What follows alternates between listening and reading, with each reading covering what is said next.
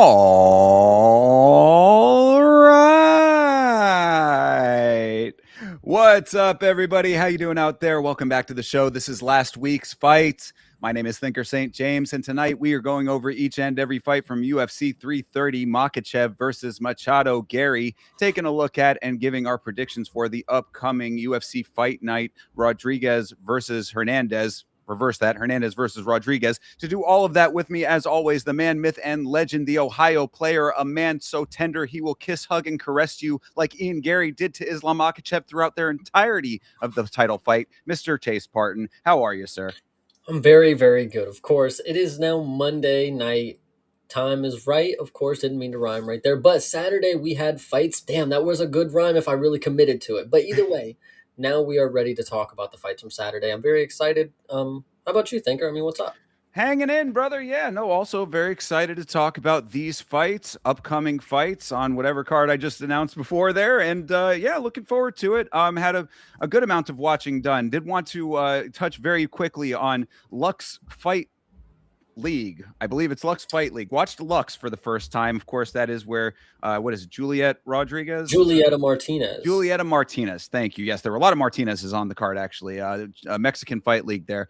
And yeah, I enjoyed the main card of that, but did want to say, just as an overarching note to all fighting organizations out there, anybody who has a fight league or an organization of any type, you cannot have 5 fights on your prelims and have that portion of the show be 3 hours long. It is unacceptable. So that was quite a slog to get through those first couple of hours there with that prelims. They were also, quality level of the fight, not super high. But once we got into main card, it picked up a little bit. So yeah, shout out to Lux. Just maybe want to tweak your format just a little bit. This comment from Hydra, obviously, give a big shout out to the chat. Really, Sam, thank you for being here first. Hydra, Bleeding Edge, and then Hydra saying Lux was doo doo. I mean, I maybe I'm a little bit more generous than some, but yeah, it was a chore a little bit. It certainly tests your commitment to the love of the game that you have. And you had doubted Lux. I kind of had faith, and I was losing my love for the game when Lux was on. But when you said that the Ninja Ferret made an appearance, I mean, listen, I don't ask for much in this world. I just ask for a couple things. Eunice Dubin autograph card is one of them, and a Julieta Martinez appearance on the TV screen is awesome. Love it. Yeah, unfortunately, she was there in service of her brother who was fighting, and he did not win his fight. Oh. So yeah, not great on that one. I don't believe. I'm pretty sure anyway. Yeah, which was odd because I believe he was representing Argentina. She is Argentinian. So okay, so I was correct about this. Then yeah, so Dana really did send her to the Mexican PI just because she speaks Spanish. Yeah, absolutely. He's like, yeah, kid, South American. We got a place for you. I mean, it's the same thing with Ty Miller. I mean, listen, I'm not saying much, but they sent him there for good reason for a second, so it was cool. Fair enough. Yes. So yeah, that was that. Anything that you wanted to talk about before we got into anything else here, Chase? No, I think I'm ready to talk about some UFC. Obviously, it was an interesting night of fights. So, what were you thinking going into it, Thinker? I'll throw it on you first. I mean, is there anything you want to introduce before we Well, get did we into want to it? talk about this, or did we want to touch on the contender series Oh, before we? actually, you are right. Yes, Contender Series. Gosh, Yeah, let me bring that I up. had already forgotten, brother. No, yeah. How can you? Well, I mean, with this first week, maybe you could. No, I mean, look, this was not the worst thing that we've ever seen on the Contender Series, but as we have seen in previous Contender Series seasons, this was not the knockdown dragouts that you want to see like consistently. So it was an okay start, but sometimes it takes a little while to get going. Well, but an overarching note about the Contender Series, and not just about week one. I mean, it is all about setting the tone. So week after week, you have to one up performances that get contracts because Dana's going to get bored. This is where we talk about all finishes are not equal. We get finishes in the first episode, and you're like, that okay, maybe, whatever. But once you get later on, and the money starts drying up, he can only give out so many contracts. Like there's 100 fighters, he is not giving out all contracts. So you're gonna have to just make waves. For sure. Yeah, definitely. And I mean, he certainly was a little generous with this one. I mean, just to run them down very quickly, of course, Joe Kropscott, he ended up getting a contract off of a late near finish. I mean, he did not end up getting the finish off of that, but he almost broke Correct. dude's arm, right? He did break it. It Oh, was like was it? it was like a fracture dislocation, but it was broke. This was actually a really good performance by this crotchbot dude. Crotch Scott. He He looked good. He's very technically gifted with his striking, but he was a little inactive, I thought, early on.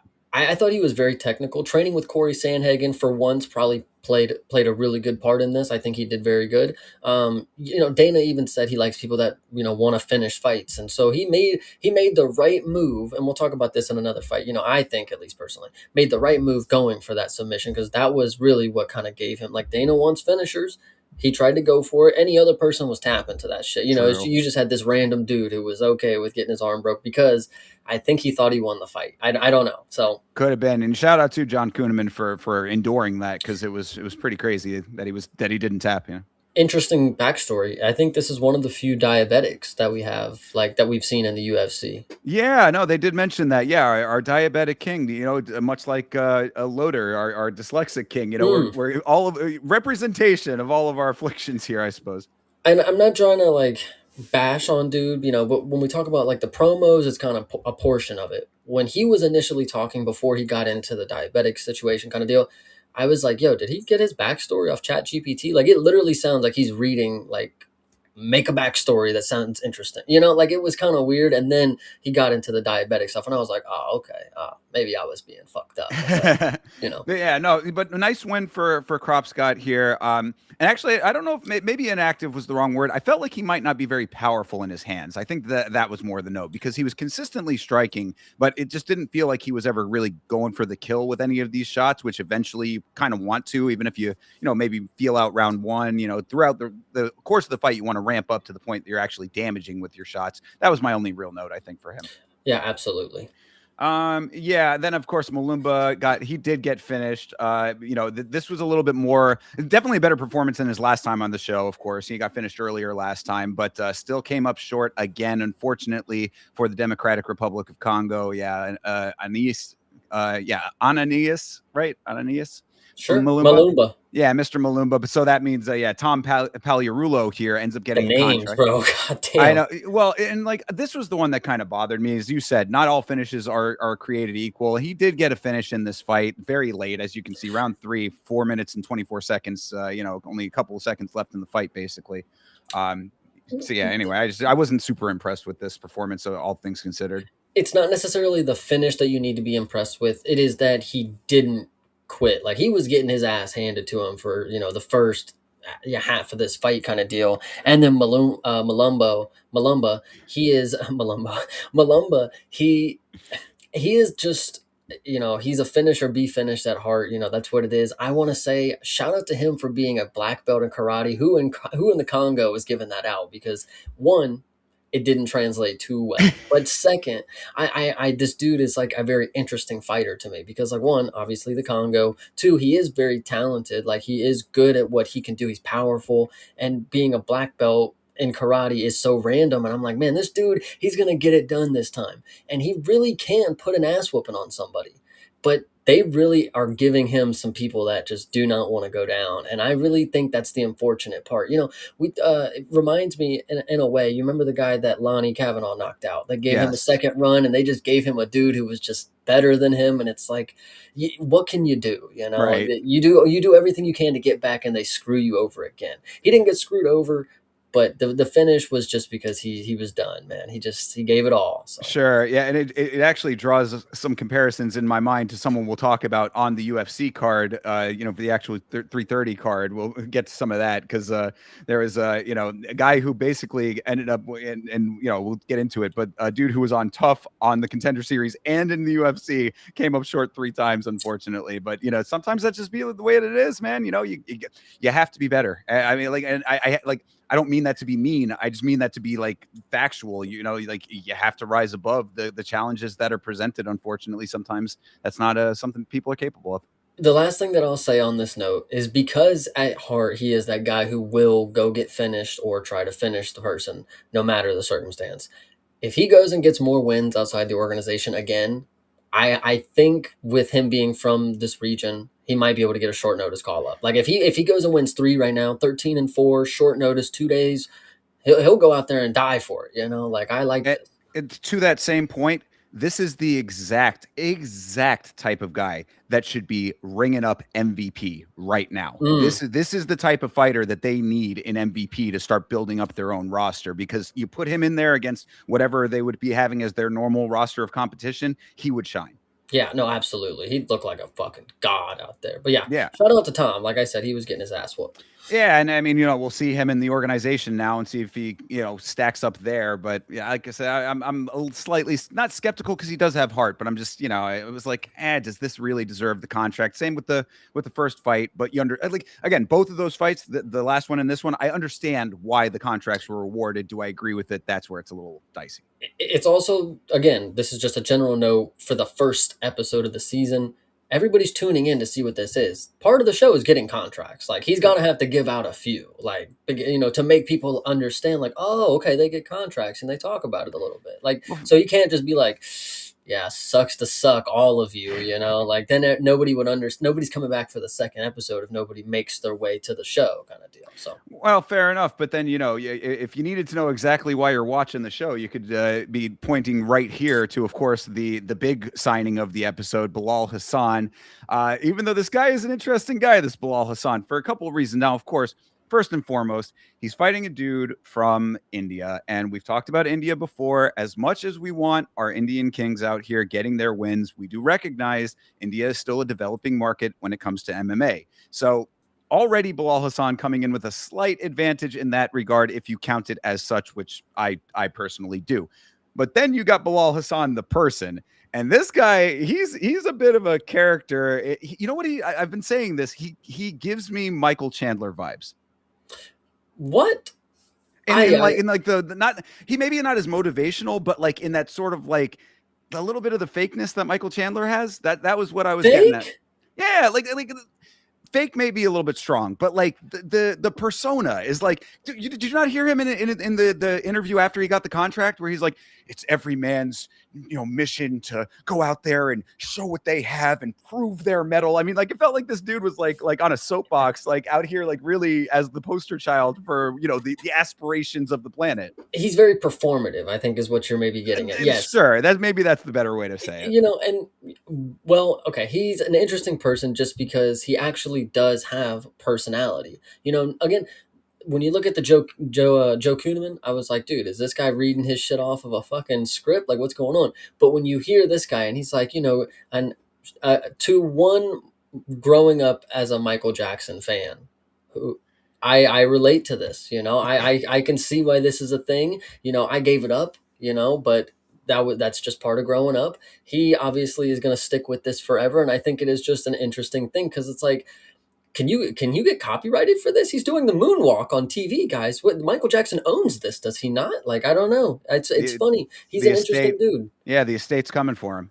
No, and another interesting thing is, like, he does represent Indonesia. I think he calls it Indonesia, and I think I was like, okay, maybe he knows more than me. Maybe that's how they call it. Yeah, deeper ball knowledge there. But yes, he does represent Indonesia, but of course was not born in Indonesia, speaks perfect English, was born in Hawaii.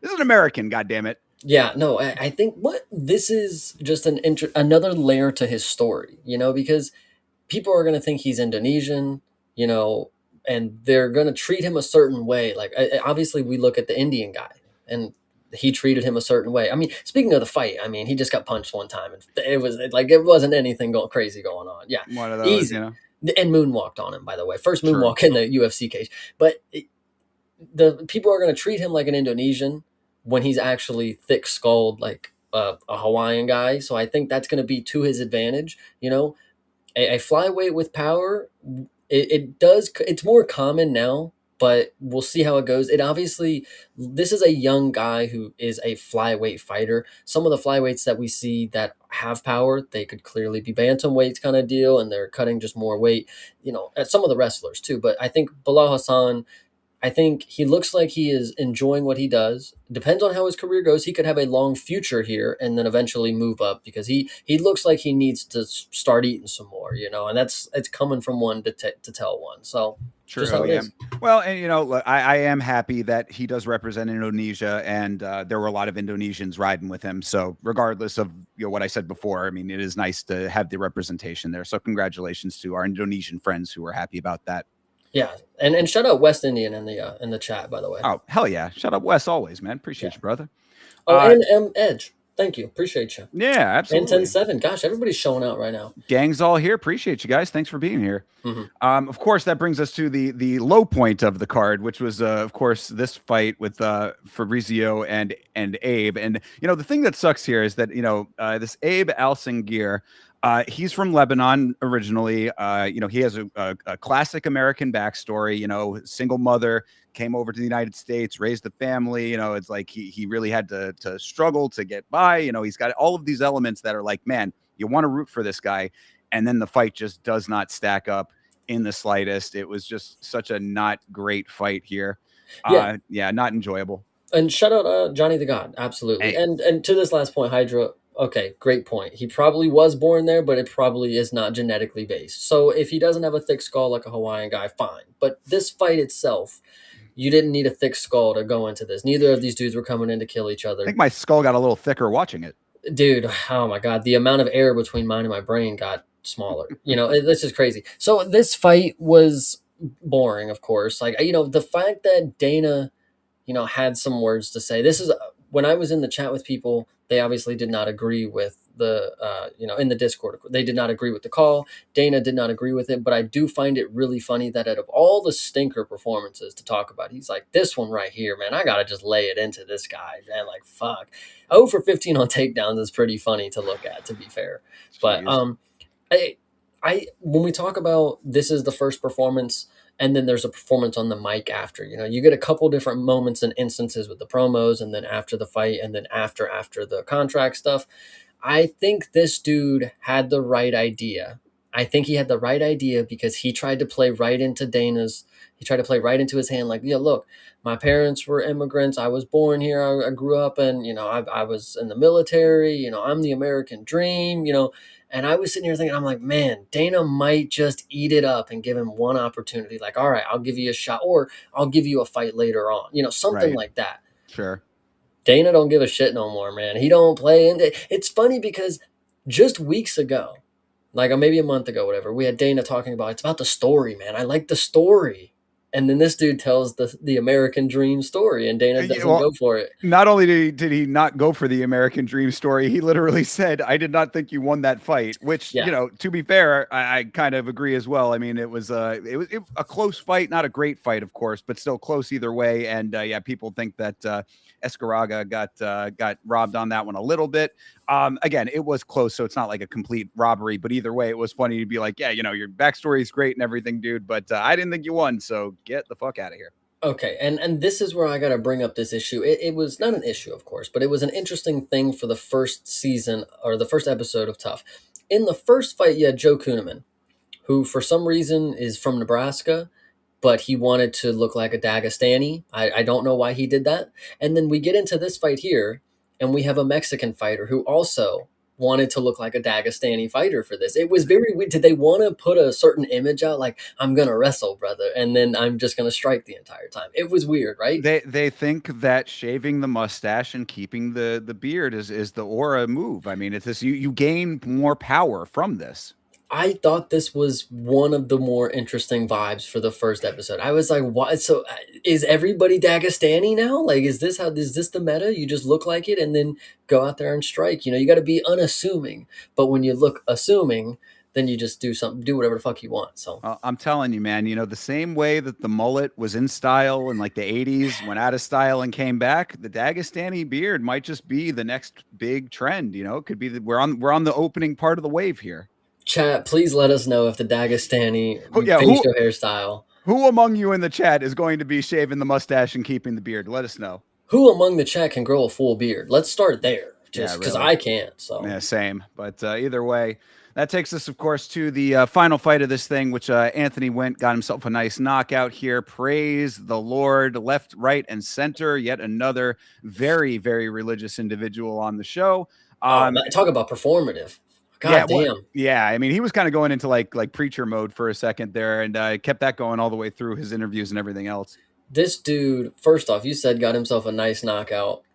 This was one of the worst ones, and it was just the last fight of the night.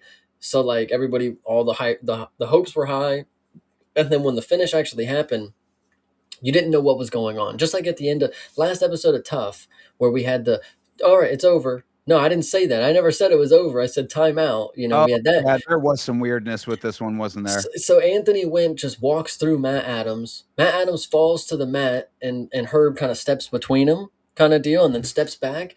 And then Anthony Went, I don't know, again, this is just Rockhead football, guys. I don't know if he is just not understanding the rules properly. He punched this dude like 3 times in the spine and then the back of the head, and then Herb True. Dean stepped in. And then everybody's like, oh, that's a timeout. No, he's calling a timeout because he is back of the head. He was hitting him in the, oh, no, it's over. Oh, okay. All right. I wonder why Herb got booed on the 330 card.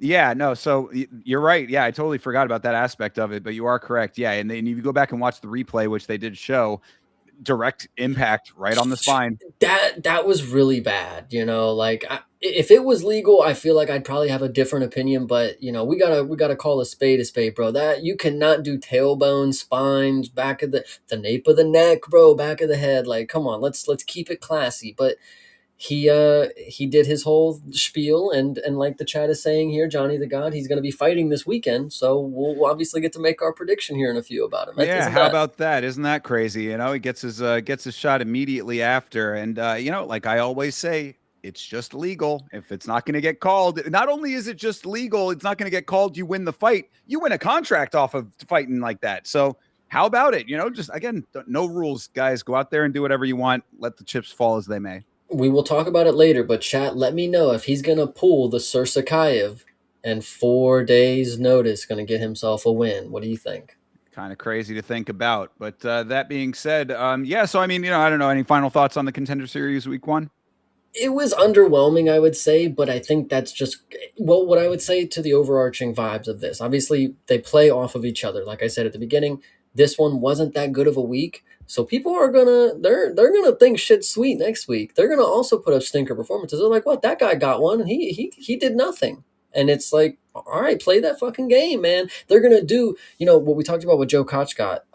He went for that armbar at the end. That's what got him that contract. Not everybody's going to do that. And they're going to look at that and be like, what's the difference? He just went 3 rounds and did that and X amount of things. And they're not understanding that you have to have the mentality that, like, I'm finishing this guy, whether this happens or not. Like, that's the goal.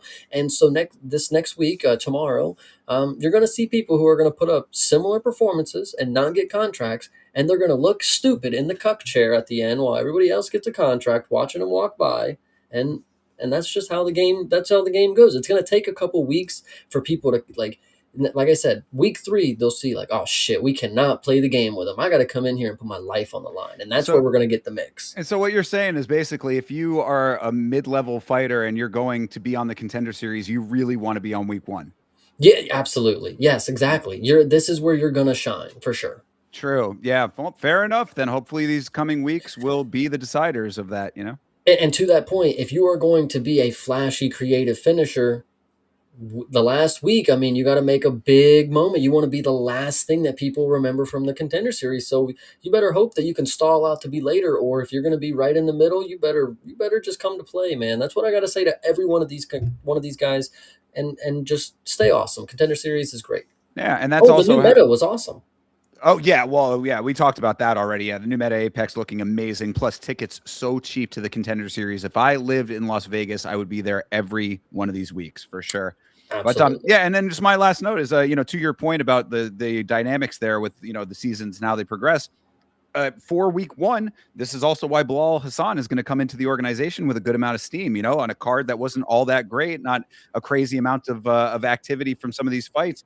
He is the big standout. So his name is going to get remembered, at least until we get farther down the line. So he probably should be looking to get booked pretty quickly, I would say. Absolutely. Good deal. All right. Well, then that takes us to the meat and potatoes of the evening. Of course, UFC 330. That's the card that we watched on Saturday. It took place at the Xfinity Mobile Arena in Philadelphia, Pennsylvania. Chase, coming into this card, what were you thinking on paper here? On paper, I mean, this wasn't the craziest card. But I did have some people that I was really looking forward to see. Some people I was unsure about because it was their debut or whatever, and I was very impressed. Some people They did not change the perception. They, if anything, made themselves look a lot worse. So I'm just really excited to go through a lot of them because it was a lot of ups and downs. Like there was so many moments that there was no scandalism. Like this was straight ball, but some moments just, man, they just felt weird. I don't know. Yeah, no, I will say, obviously, as very critical, I was doing a whole bunch of yelling last night about consistency when it comes to the oversight of this sport, which I might end up putting out as a clip at some point coming up. But for all of that yelling that we do on a weekly basis here, there was actually some decent refereeing moments on this card, Mm, so that was nice to see. And then as far as like the overall, I mean, coming into it, I thought that this was a pretty decent card on paper. I didn't think it was as bad as some people were making it out to be. And then as we got through it, I was like, this is going pretty in a nice direction for most of it. And then we'll talk about the last two fights being the title fights and how those played out. But overall, I had decent expectations for this, and I feel mostly lived up to that in the majority of it, with exceptions here and there. absolutely. I'm just ready to get into some of them because what I will say, what you guys don't know is holding my breath for an entire day and a half to talk about these fights is very difficult. I turn very blue by the time we get here. So Yeah, if we could do the show on Sunday, we would, people, I promise. But either way, we're here now and we're here to talk about these fights. Let's start it off with the first one, which is Jeremiah Wells versus Miktabek Orolbai, and the upset that I don't think anybody saw coming with this fight. Good Lord, Jeremiah Wells with this buzzer beater. I mean, it wasn't as late into the fight, but I mean, he was certainly down at least a round. Now, this is interesting. What I want to start off with my thoughts on this. Yes, Miktabek left his neck open in round 3, got it snatched. But round 1, I mean, I thought round 1 was pretty close because Miktabek's striking defense was so non-existent in that first round. He got touched up multiple times. He took some heavy shots early on. Now, granted, he turned the tides later in the round, but this was not the most solid start to this performance for Miktabek, I thought. So then the ending of it, it was still crazy because of how it went down. But like, I was like, man, I mean, he already was on shaky ground as far as I was concerned. Like, if he had won this fight as we all thought he was going to, I'd probably be coming into this week being like, man, he certainly got that victory, but I was a little bit concerned about certain things. You know what I mean? yeah, no, this is what great fighters are about. This is somebody that is overlooked by me personally. Coming into this, and everybody really, nobody gave Jeremiah Wells a chance. Not even the fucking crowd, bro. Like that, he was the hometown guy, one of the only on the card, showed up. And he had the positive vibes that he was. Whether he looked as if he was going to conquer the world internally, obviously he knew what he was capable of. And this fight, I mean, from my perspective, I mean, if you want to call it 1-1, that's fine. But I think for story purposes, Miktabek was winning both of these rounds and got lazy. And I've said this before. If you look at Miktabek Orabai in the face, you cannot question why he makes dumb decisions, bro. He is just built like that. He will just Benoit Saint Denis for some reason is kind of the same way. It's like you got to stop expecting him to just be the IQ god out there. Orabai, this was so crazy because Orabai shoots, just lazy as shit, neck out, gets caught, and we see Wells get the ninja choke going. And in my mind, and hopefully in everybody else's, you're like, come on, Orabai, he ain't going out like that. He ain't tapping. And he did not, but he did go out like that. And he literally got dropped on his face from going limp from a ninja choke. And I mean, what a way to start the card. I would say this for sure. And to the last point about Miktabek, he is, and maybe not for long, a fan favorite. The seats in the crowd might have been way emptier after this fight because Kyrgyzstan showed the fuck out and they were upset, Yeah, man. did not know that there were so many Kyrgyzstanis in the States, or maybe they came over for it or whatever. But yeah, there was certainly a good amount of representation for it. Yeah, this fight, I mean, what a way to start the night. As a fan of the sport, there's people out there who make bets and like they get so upset when their fighter loses. Like, why couldn't you do that? It's like you got to just understand that anything can happen in the sport. You can make this small of a mistake, and a guy like Jeremiah Wells, which again is nobody to most. Up until now, this is one of I listen. This guy's high up on the totem now. He just took down Orabai in a way that nobody ever has. This dude was supposed to fight Islam here soon, and I'm about to cry. So this was so crazy for a fan of the sport to see someone like Jeremiah Wells pull this off in his hometown and have that big motivational speech after, the energy that this dude kept. I think this was a cool story. I'm not gonna lie to you. It was a feel good moment, even Mm. if it was a roll by. You know what I mean? I agree with you on that. He literally worked in that arena, and was there fighting after all of that, getting the win. And what I said about the finish of this, I don't know if you've ever seen this clip. I know you're a wrestling fan, Chase. You ever see the clip of Hulk Hogan choking out Richard Belzer? Is that the reporter guy? Yeah, well, no, not On the the one where he TV gets show. slapped on the TV show, on the talk show. Yeah. Yeah, he puts him in the choke and he just instantly fucking drops. Yeah, Yeah. that's what it felt like to me. I was like, that is very reminiscent of that moment there with this choke, because yeah, he sunk that thing in and did the damn job. And what actually makes sense about that to me was the fact that, like I said, I don't think that Wells necessarily won the first round, but he did land a couple of decent strikes. And I would say Wells is a great example of the power is the last thing to go. He's 39 years old, still looking like he was swinging with decent power in his hands. So you grab the neck, you got enough power in your arms still, you get the job done. And that's exactly what he did. So he was a dude who never quit on himself, even at his advanced age, being somewhat of a guy who's probably going to be ushered out. He literally said himself, either the organization's going to put me in the top 15 or I'm retiring. That's never never where you want to be as far as like what your trajectory is, so to speak. And it still was, I thought, a very nice, a nice story for him in his hometown. No, absolutely. Hydra makes a great point. Orabai is from a time before ninjas. He did not know that they choked. That is very plausible. I mean, again, just look at pictures of this guy, you will understand. But You're anyway, another. Okay. you're talking about the intelligence of a lawyer here, sir. This is a man who has a law degree.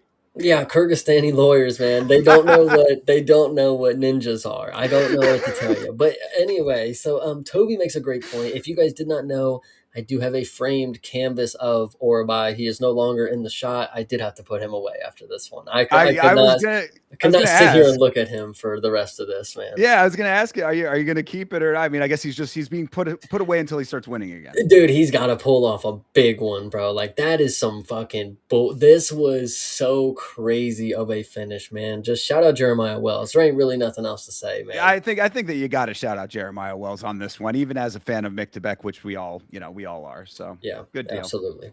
good start. And Well, actually, so one last thing about Mick. There was a yeah, video, the pre-fight, just stupid clips that they post or whatever, and it was like you push the button and then it's a timer and then you stop it, and it's like, okay, start it and then stop it at 5 seconds, and he goes boom, boom, and he's like, bruh. And it's like 5 seconds, and he did like a second and a half. Like it was really goofy from him. So, just stupid stuff from Orabai. No surprise that he lost here, I guess. But if you're in Kyrgyzstan, this is your lawyer right here. yes, maybe there's a reason he's fighting now is because he did not end up doing some good stuff on the courtroom. Oh man. All right. Well, that being said, then court is not in session. Let's go on to the next one. Speaking of onks getting the job done over here, Neil Magny fought Ramiz Brahimaj. Return of my king, Neil Magny, as we expected on this one. Actually, I thought we did pretty good job predicting this one down the line. What we said basically coming into this fight was that Ramiz Brahimaj, he was on a little nice run, but I had felt that he was not living up to his fullest of expectations as to where he was supposed to be continuing to progress to. And this was the exact roadblock that he was going to run into if that was the case. Ended up running right into the roadblock. I'm glad you remember that we together collectively agree that this is the fight that Neil Magny can and should be able to win if Ramiz is not looking good. And when you look at the long line of people that Neil Magny beats compared to the people that he loses to, you'll see which side of the coin Ramiz falls on kind of here. And it's unfortunate that the performance that he had is, listen, bro, getting finished in round 2 by Neil Magny is pretty fucking impressive. Like that's it, round 3 is where he thrives. Round 2 is still in his like getting the ass kicking phase, So Ramiz didn't even have that game. The first round dominant, sure, whatever. Second round, nothing. It's just dude had nothing left to give, man. Like it's kind of crazy because from the region that he comes from, the Bronx, whatever, New York. Yeah. He has not got the grit like somebody from New York. I don't know what the deal is. He don't give off the vibes of like, bro, round 2 by Neil Magny, and I feel like 61 strikes he landed. Like, come on, bro. This is not a type of performance where you get finished, because this is dead ass the rest of your career, bro. We know what you are now. Like Yeah. there's no big fights coming after this. You had your opportunity. They even thought you could be something because they gave you Magny. Like that's saying something. They wanted you to be able to finish Magny and get back on track. And you can't even do that, bro. Like I don't know what to say, man. It sucks. There will Fat Joe never was not in the crowd for this one either. Maybe that was the deal. He was not leaning back. That is true. No, look, there will never be another gatekeeper like Neil Magny. I want to say that right here, right now. Like, this is like the quintessential gatekeeper, and that is exactly what he does. He keeps that fucking gate. If you are not on the level, if you cannot surpass what he brings to a fight, you don't get through. Ramiz, this was a horrible performance overall. I mean, like you said, round one, I mean, even with the dominant top control, it was very inactive. No advances, no real transitions. It was a lot of cuddling on top. Round two was pretty much a lot of the same. And I mean, commentary was saying how comfortable Neil was going flat on his back, but Ramiz was way too comfortable gaining control and then coasting with that, I thought. So it's like, throughout all of that, somehow, with all of that as the baseline for everything, somehow Ramiz still ends up gassing, still ends up going tired. I mean, like, Neil Magny basically just stood up and started banging the side of his head. That's really how this fight ended. Guy, gets off of his back. Ramiz doesn't end up moving. Okay, well, shit. I mean, I got a sitting target. Let me just start pounding away. That's exactly what he did. He got one big shot to stun him, and the rest just finished the job. So I thought that this was what Neil Magny does. So I was not surprised by that. But as far as Ramiz goes, this really should be an eye opener for you that, like, there are glaring holes in what you're bringing to fights, and you cannot get put out like this. This is not, like you said, you're already now at a roadblock as far as trajectory goes. If you think that you're going to get over that, it's going to take a fight or two, and you need to fix those problems now. So when you're at those fights, you have the ability to surpass that. The real question is, have we seen the last of his Conehead hat? So I mean, until he wins again, they're keeping that thing the same place you're keeping a roll by's picture. absolutely on ice, brother. On ice, indeed. So yeah, I mean, shout out to Neil Magny getting the job done, and again, two upsets by two unks right now. This was a good start for the elderly. This was a pretty crazy start. I'm not gonna lie. The two fucking 38 plus guys just making history. I don't know. This was nuts. Yeah, absolutely. And then that takes us into the last of the early prelims here with Rafael Tobias and Lucas Fernando. And now, of course, no unks in this fight, but one way big skill gap in this fight. I loved. I'm sure that you saw this. Did you see the start of this fight when Tobias was doing his, like, oh man, I'm gonna come out. He's doing the evil eyes. He almost had the little Hamzat thing going on where he's like kind of looking over his brow, and he's like, oh man, I'm gonna come out and I'm gonna kill somebody. It's like, bro, you really set that up and then did nothing. I mean, like, this was one of the most inactive performances I think that we've seen in quite some time as far as pure striking goes, because Lucas Fernando on the other side was doing the damn thing consistently, accurately, very nice striking out of him. And Tobias sat there in front of him just taking shot after shot. And it wasn't until round 3 that he actively engaged his hands in any meaningful way. No, this fight was honestly, I think this was a very good performance from Fernando because we didn't know anything about him. I mean, he's a guy that came in, on short-ish notice, I think, and we just had to put stock in anybody is better than Tobias mostly. And I think you're correct. The introduction where he's doing his little thing, and then he does the his bipolar thing. I think one, cringe. Two, not putting on for the bipolar kings out there, I would say, because you came in here and some people, with the stigma that mental disorders have, they'd be like, "Oh, the guy who's bipolar, he's gonna be great in here. He's gonna get to let it." No, he did not do any of that. It was a very underwhelming performance, and I don't think it was necessarily because he didn't bring it. I mean, he didn't necessarily bring it to the best of his ability, I would say, but it was because there was so much skill difference. I mean, you're right. I mean, there was no entry points that he had. Every time he thought he had some, Fernando was just mixing in everything. By round 3, I think this is what's interesting too, because I remember, if anybody's in the chat who was on my thing, I was sitting there and I was like, this Fernando dude is good, but as a kickboxer who's like supposed to be a very high level kickboxer for what I'm looking at, he's coming in here dicing this dude up, not even giving him the opportunity. The defense was awesome, offense, but I was like, where's the knees though? where are the knees from this guy? That's what the next level is that I need him to, we need these finishing shots. And then a couple seconds later, he hits him right in the stomach. This was a one of those delayed reactions that really does feel good. It's like, dang, he ate that knee. Oh, yeah, no, he didn't. Definitely didn't. And shout out to him. It was a good finish, Tobias. Once again, probably should have paid for Gilbert Burns to be your trainer and not your manager. But For sure. I mean, I think you're being a little generous to Tobias on this one, man. He again, 14 total strikes. I mean, this is a 3-round fight. Even if it did end early in the third round, he was not moving his hands worth a goddamn. Now, as far as Fernando goes, we actually did know a little bit about Fernando. This earlier back, I don't know if we mentioned this on the previous episode.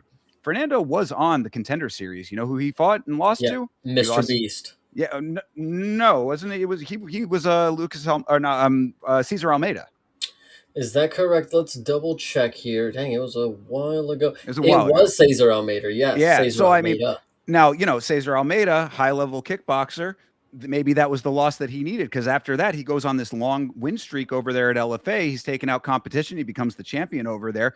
I thought that if he comes in and does a great job in the actual organization now, he's going to be the exact success story that proves the rule of everything. Like, sometimes you get pushed up a little bit too fast. You go back down, you get a bunch of nice wins over there, you improve your craft. There you go. You get in and now you're at the exact place that you need to be. So I was very happy with this performance, but that has to also be couched with, it has to be paired with the fact that he was going up against a blank canvas in Tobias. Because I see Hydra in the chat saying, I'm very high on Fernando after this. You got to see him against somebody who's going to actually throw back. And I mean, I was already not a big fan of Tobias after the Nurgashai fight. We talked about that a little bit. I was like, I don't think that this guy is on the level. This guy can get cut immediately as far as I'm concerned. Like, you can't come in and not do anything. I'm sorry to say this is not the place where this is going to fly. And if you're doing that and losing to a guy who is also new to the organization, then what do you think is going to happen when they give you somebody of a higher caliber? So Tobias, out of here, I would say. Fernando, I really, really appreciated this performance. I really enjoyed it. I thought that the striking was very tremendous and the finish was great too, as you said. Delayed reaction, body shot finish. Always loved that. Need to see him doing it against somebody who's going to give him a better fight. I want this clip right here, and I'm going to put stock into Tobias. Not right now. Not right now. But I will say this just so it lives on. I think Tobias has a good chance. He is 23 years old. He could exit the organization now. And when he returns in a few years, give him a few years, not a couple fights, give him a few years to develop. When he comes back, you'll remember him. You'll be like, man, this guy was not good when I saw him last. And I would say there's potential that he makes bigger improvements than somebody who is obviously 28 or 29 already. He is a very young fighter. He has a lot of fights. He's getting experience that is going to, who knows what this fight will do to his mentality going forward, but it may not be in the UFC right now. I would say in a few years, Tobias, I think just you're going to have to work on a lot of stuff though, man. If you really want this. Yeah, no, literally take the exact roadmap that Lucas Fernando took, if that's the Yeah. case, bro. And I mean, Lucas Fernando going up against Cesar Almeida, that might be a little bit of a higher, skill gap at that time. But either way, the same roadmap right there. Drop back down, work your way back up, be improving all the while. Then maybe you come back with a better perspective, better shot. Absolutely. All right. Taking us on to the next one here. This was one where I was hoping that Unk was going to be able to do it, but he did not. This is Vicente Luque versus Tresean Gore. This performance from Luque, he had his little flex, and I think that at his age, even though he's not that old, we've talked about this before. He's one of these guys that gets counted out a lot because he's got a lot of mileage on him. That's what it is. It's not the age as much as it is the mileage, and then everybody remembering the fact that he had the brain bleed as well. Those things are factors for sure, and the mileage maybe is wearing on him a little bit, but he is still dangerous. I mean, he did have his moments here and there. There was a couple of times I felt he was a little too comfortable striking early. I would have liked to have seen the level changes a little earlier from him, but if he was going to strike, he did have a couple of moments of some good, solid connections. Gore as well had those early on in the fight. And then, late in this fight, he knocked out 3 of the goddamn front teeth of his opponent with a flying knee. So obviously there's still a level of danger there. But that being said, Gore did end up besting him in the big picture. This one was interesting. I mean, we'll talk about the real story of this fight, of course. The fight was not very good, in my opinion. I think it is an unfortunately bad performance for, as you said, for someone to end up losing teeth. You could have done it in way more spectacular fashion, you know. But I do believe that that is the story of the fight here. Sure. It is unfortunate to me because I kind of thought Luque won two of these rounds. You know, I thought this was a lot closer than a 30-27 on both. And I was like, what? I was thinking to myself, like, how the fuck did they give him round one? You know, He definitely won at least one. I thought the 30-27s, yeah, the 29-28, I was like base judge. yeah, no, that one. So it was weird, but again, the moment that we got to have in the post fight, of course, was I've been watching religiously for about 3 years now, multiple martial arts, and I ain't seen nothing like this before. I mean, this is next level shit. You know, we've definitely heard of people getting their teeth knocked out and loose. I ain't never seen somebody do the post fight speech. And the second question, it's not the first question. Hey, is your jaw looks messed up. No, the second question. So he went on, talked for a minute, and then Joe Rogan's like, "Yeah, it sounds like your jaw's messed up, man. Are you okay?" And he's like, "Yeah, I just this fucking bastard knocked my teeth out." And I'm like, "Yo, this." And then obviously, you know, he gives the spiel like, "Dude, I don't give a fuck. I'm like here to fight." Like, and this is the type of shit where I believe it. You know, again, it goes back to Tommy McMillan on the Contender Series. Like that dude said he was willing to die in here, and I thought he might have. I thought he was about to die. I'm not gonna lie to you. So No, yeah, sorry. yeah, Go ahead. no, yo, I mean, No, go ahead. I was just gonna say that no, I actually do gain a good amount of respect for him for that exact reason because if Joe Rogan hadn't brought it up, he was just gonna continue and not say anything. No, exactly. And I think one with his last couple performances, we have seen the dog. Like he can bring out something crazy for a guy who not a lot of stock has been put into him, at least by me. You know, I even took Luque in this one. You know, listen, but this dude, hands down, is one of the toughest dudes that I've seen. And like, there are people who tap to something so quickly. There are people who get down and you know they put their hand over their head and like they just let it in. Trayshawn Gore truly has no quit in him. You know, like this is that is again seeing this dude's tooth on the coach's hand, that is some shit that like I understand why people think this is crazy. And Yeah, I mean fair, but we're giving a whole hell of a lot of praise to a guy that A went to decision with Vicente Luque and B got his fucking teeth knocked out. I mean, I get it. You are correct. He is a tough guy. He does. I have never, in all the criticisms of Trayshawn Gore, it has never been this guy doesn't try. He's not one of those guys. Like, you know the difference when it's a guy that's going in there and just going through the motions. He always does try. It's just that it has always felt like he's just frankly lacking. I mean, that's just mm, how it's felt. Now, if he is in prison, he said, I'm done smoking weed. I'm not watching porn anymore. Like, okay to all of those things. I still need to see more, man. You should have finished Vicente Luque if this was going to be the case. Luque in that second round, like you said, I don't know why he let the choke go. You're saying like that, oh, which one of those rounds or whatever, he at least got one, or maybe I said that, but the point is that he had the choke, his signature choke sunk in the second round.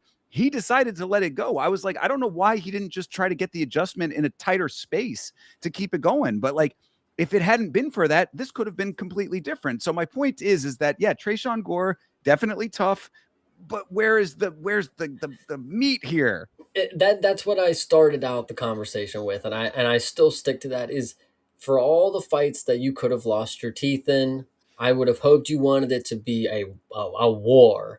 But the fact you went through 3 rounds of not much, and then you end up losing your four front bottom teeth at the bell, basic kind of deal.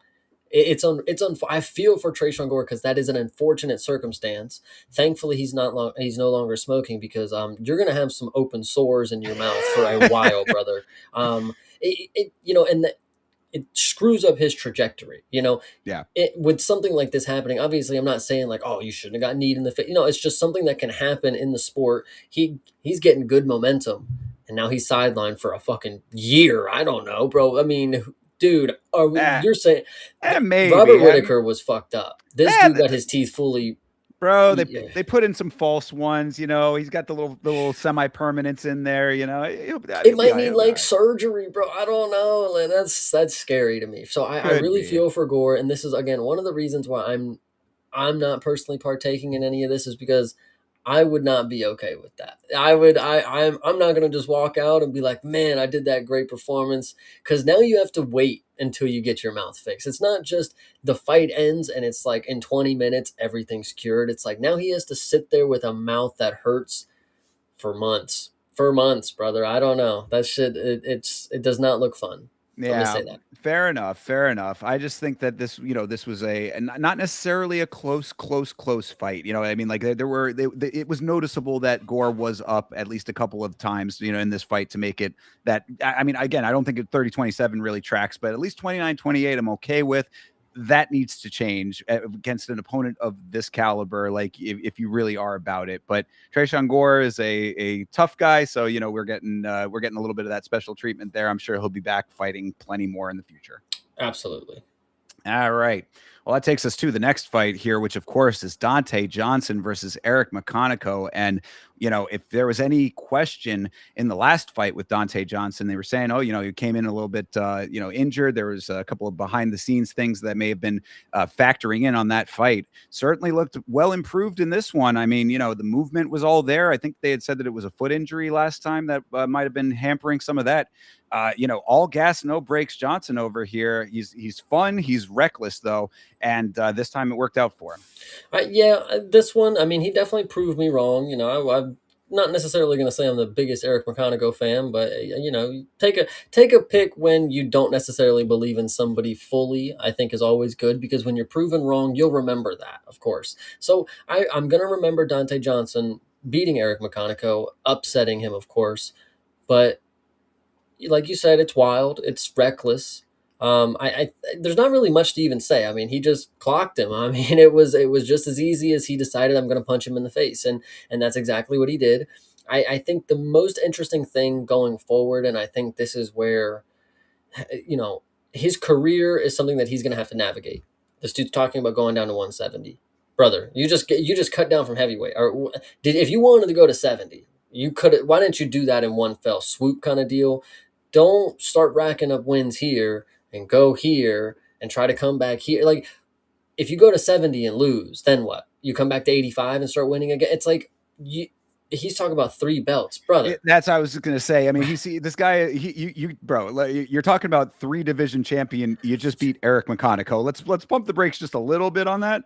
Yeah, no, it's funny because nobody even thought 3 belts ever until Alex had the opportunity. If he would have went out here and be like, "Man, I want to be a UFC double champ," it's like, okay, that's normal. But bro, you you just said the triple champ. He didn't even attain it. Like, what are we talking about, Dante? Like, I mean, I get a level of confidence is good, but I need to be able to see like this is some stone cold killer with that level of confidence, and he's good, very very good. But I think him trying to navigate different weights is his mind is in the wrong spot right now. I mean, again, you clocked Eric McConaughey, that's good, but it definitely seems like you were looking past him. You're ready to get 3 belts. Eric McConaughey was nothing to you, so he needs to start recognizing the moment, because Eric McConaughey is not very good, Well, and you got a really wild 1-2 kind of deal that you threw. So that was going to be to my point basically, is that, as I had said, the recklessness is fun to watch, but I mean, this dude, first of all, even like if he decides to drop down, he probably will still even be a little undersized, but like he's fighting at middleweight already here. I mean, like, he's a somewhat undersized middleweight going back up. If he wants to do 3 divisions, if those are the 3 divisions, he's going to be undersized almost, I would say, at the least in the top 2, in the upper 2 of those. So like, you're an undersized guy to begin with. You're using your movement effectively to an extent here now, which is great.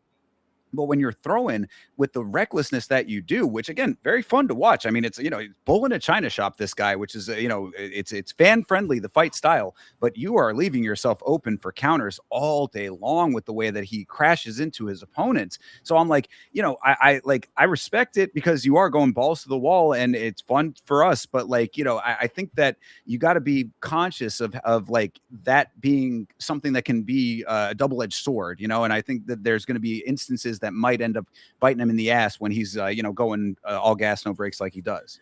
yeah, I appreciate the performance. I mean, it's good to showcase that like he wasn't gonna play with his food kind of deal. Like, he is gonna get it done and not just gas out later. So good performance, but again, really wild with the striking. And just mind is on the wrong fucking thing. Like that's just where I would say this is again, because it's not just about the performance itself. It's like you give key portions of your personality when you get on the mic after. It's like the emotions are high, it's just kind of right off the cusp what you think you can remember that you were supposed to say. And this dude really said three division champ. So that's interesting. We'll see if he can achieve it. I mean, at least back, or continuing the trajectory towards it if that's what he wants. Dante Johnson, listen, and I'm putting stock into you right now that if you want to be a three division champion, I need you to do me a quick favor and just get one.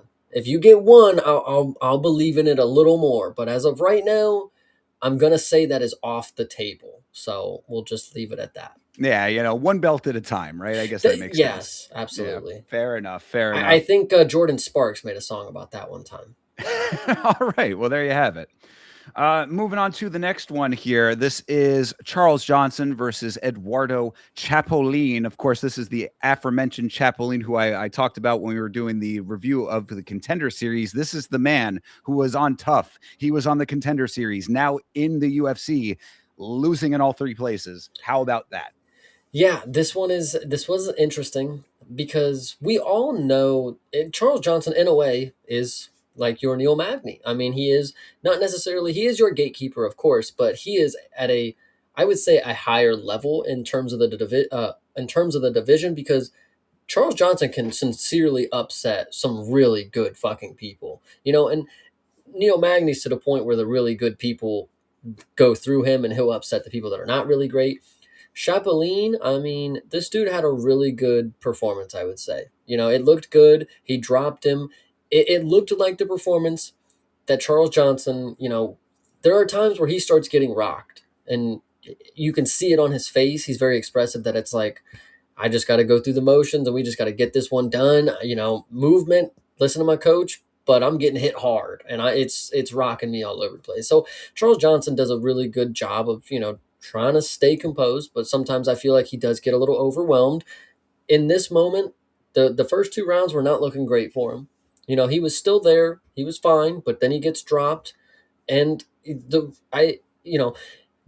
recovery was crazy because we've seen him get dropped and he's normally quick to it. But this one, I mean, he got right back on the single leg and they started wrestling for a minute. And, he survived the round. And then we get to the third round. And then what do you know? Charles Johnson pulls off the one of the crazier things ever because now that it is common, of course, now that it is a layman's submission, you see how easy it is to set up when people just start trying to contort their bodies in your fucking guard. I mean, it's really just a wraparound and then they're cooked. They have nothing else. And Chapolin was really to the point where he was kind of exhausted. So a submission was likely anyhow, anyway. If he would have got him in an RNC, he probably would have tapped, and fair play to him. He went out there, balls at a wall, short notice, yada, yada, yada. But for Charles Johnson, and I'm not saying Charles Johnson isn't some elite level grappler, but I think it should show everybody just how easy something like this can be when your opponent is making a small, simple mistake in the grappling. And this was by far one of the more, because again, Charles Johnson is not the elite level grappler like a Bryce Mitchell or whoever else had got the other ones. This is a different style twister. This is the one that Murtazali got. A But Scottish twister here. yes, or as other people have said, it is also the Japanese twister and or the other region's twister. Either way, Charles Johnson getting this should let a lot of people know, like, okay, it's that easy. Like I don't Well, really have to do much. and that's kind of to the point I was going to make there is that like you call it a layman submission. It's just only becoming that now. I mean, like Yes, because now people are doing it more. I mean, this we are witnessing a new meta in the sport like happening in real time here, which is kind of cool. I mean, like we're seeing a submission that had never been accomplished, and now we've seen it twice in so many months. I mean, like we just saw it recently with the dude who made his debut, and now here with our dude Charles Johnson. no, absolutely. Yeah, I think this is one that could catch on very easily. I mean, I'm not saying it is a twister. It's a little different than the traditional twister, of course. But in the terms of like in the past like 5 years, we've had four of them or whatever. Like so, it is becoming a more traditional thing, a more orthodox style of grappling, and I think it is something that again I'm not trying to in no way discredit Charles Johnson, but for the optics, I'm like, oh, that looks that looks like an easy thing that you should be able to pull off if they make that subtle mistake, you know. And I think Charles Johnson being able to showcase that, like, I'm good at everything, you know. I have these little nooks and crannies to my game. I think he's doing some good stuff, man. Charles Johnson once again keeps his name relevant, and I think this is awesome. I loved it. I mean, now, as you had said, Chapolin was having a pretty good fight, even though he was fighting rather dirty. I mean, this dude got, two blatant fouls within 30 seconds of one another, to the point that Jason Herzog actually took a point, which I was like, man, let's fucking go. Some actual refereeing for once. That's nice to see. But yeah, I mean, this dude Chapolin, he hits the eye poke, then he has the knee to the downed opponent. And they're on commentary, oh, he was trying to pull the knee back. He hit the foul. What do you, foul's a foul's a foul. I mean, I think it was Hydra and I believe CTE say that often, and I really like that mentality. It's like, this is the only sport where intention seems to matter. It's like it's a foul is a foul one way or another. So you take the point. I was happy with the point take on that with the two fouls back to back. But so either way, though, Chapolin's still having a pretty good fight up until this point of the twister, and like you said, Charles Johnson. I don't know if it's the age or it's the fact that he fights so very frequently. I think we were talking about this last week, where I was saying that, like, this guy he was already talking about he wants to be back in like 3 months. Like, bro, you're speed running your fights for, like, I mean, maybe it's because of the age. I guess you want to get out as much as you can until you're not able to do so anymore. But, like, you're really putting yourself at risk, and it shows in the optics. Like you said, he takes these shots. He's on his bike. He's running around. He's circling out. He's got to get the distance. Got to get himself back in the fight. You can do that and get yourself back to the point of being there. But, like, we all see this. We're all recognizing that you're hurt and you're recovering at that point. So it wasn't looking good for him through 2 rounds, I thought, even with the point deduction. And then out of nowhere, he pulls this out from his back pocket. And shout out to Bleeding Edge, who was saying that he was talking about having trained this regularly and wanted to show it off in competition here. So I'm glad that he was able to do it. It's cool that we're seeing it more often, but it worries me for Charles Johnson in the big picture that, like, it's great that you were able to get that in that moment, but I don't know if you're always going to have that opportunity. And if you're constantly having to pull something out of the hat at the, when you're down 2 rounds, potentially, even if it was going to be, 9-9 with one, but you know what I'm saying? All things equal, if you're down and having to reach into the bag of tricks, I worry in the big picture with that. And I do recognize that he's probably never going to be champion, and he's still just kind of upper in the division and somewhat of a gatekeeper, whatever.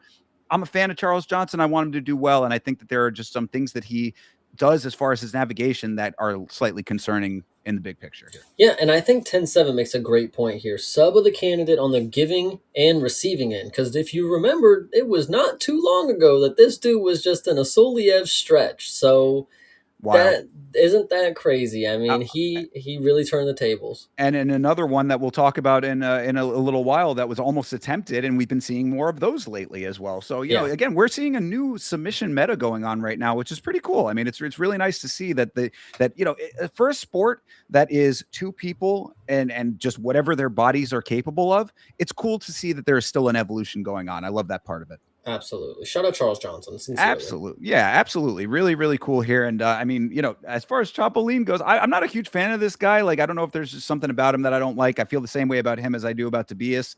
But I do feel for him, as he has now had these 3 opportunities and none of them have panned out. So yeah, he's got to get another one, because this was on short notice, and they clearly like him. They'll give him the opportunity. He's picked up the phone.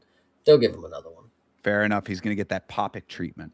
Well, and it's flyweight too. It's like they can't be too. We can't kick out Manel for being on steroids. We can't kick out Tamirov for being on steroids. KKF, we got to keep him around. He's out there somewhere.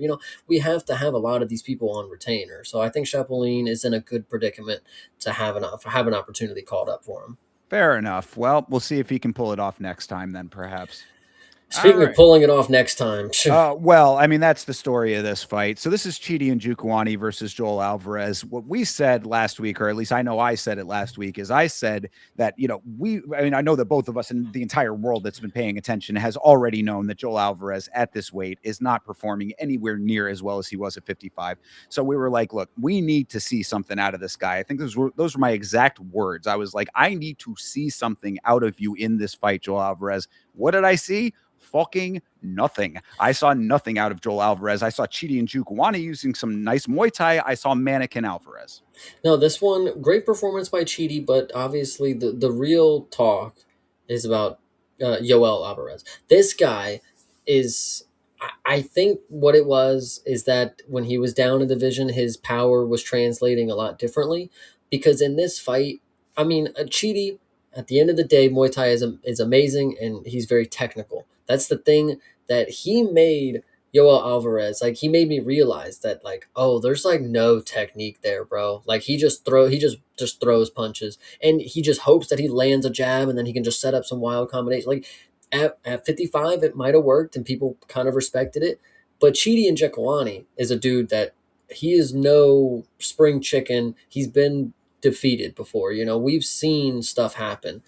This dude just got fucking choked out in 30 seconds by random NPC Aussie fucking Jake Matthews. Did he not? Like, this is crazy to think that Yoel Alvarez comes in here, puts on this just absolute snoozer of a performance, of course. Shout out Chidi for actually making it something to like. We're watching it, and you get to ridicule Yoel even more because Chidi is just getting off on him every single time. And then when they're getting their fucking hand raised, bro, Yoel Alvarez, he hears 30-27, 30-27, and then you see his hands start itching like, yeah, I fucking got that shit. And then he says Chidi and Njokuani, he lets off a big, fuck, and then smiles on his way out of there. Oh, Are he we was smiling. fucking for real, bro? He's smiling throughout the whole of this. I said, yeah, Joel's smiling all the way through this shit performance. I mean, again, it's not like you said, Chidi and Njokuani kicks were great. I thought that there was a lot of decent striking, even if it was a very point fighty fight overall. But it was all points on Chidi's side because this dude Joel Alvarez did nothing with his length. I mean, like Chidi was using his length effectively, so you can say, oh, Joel was being kept at distance.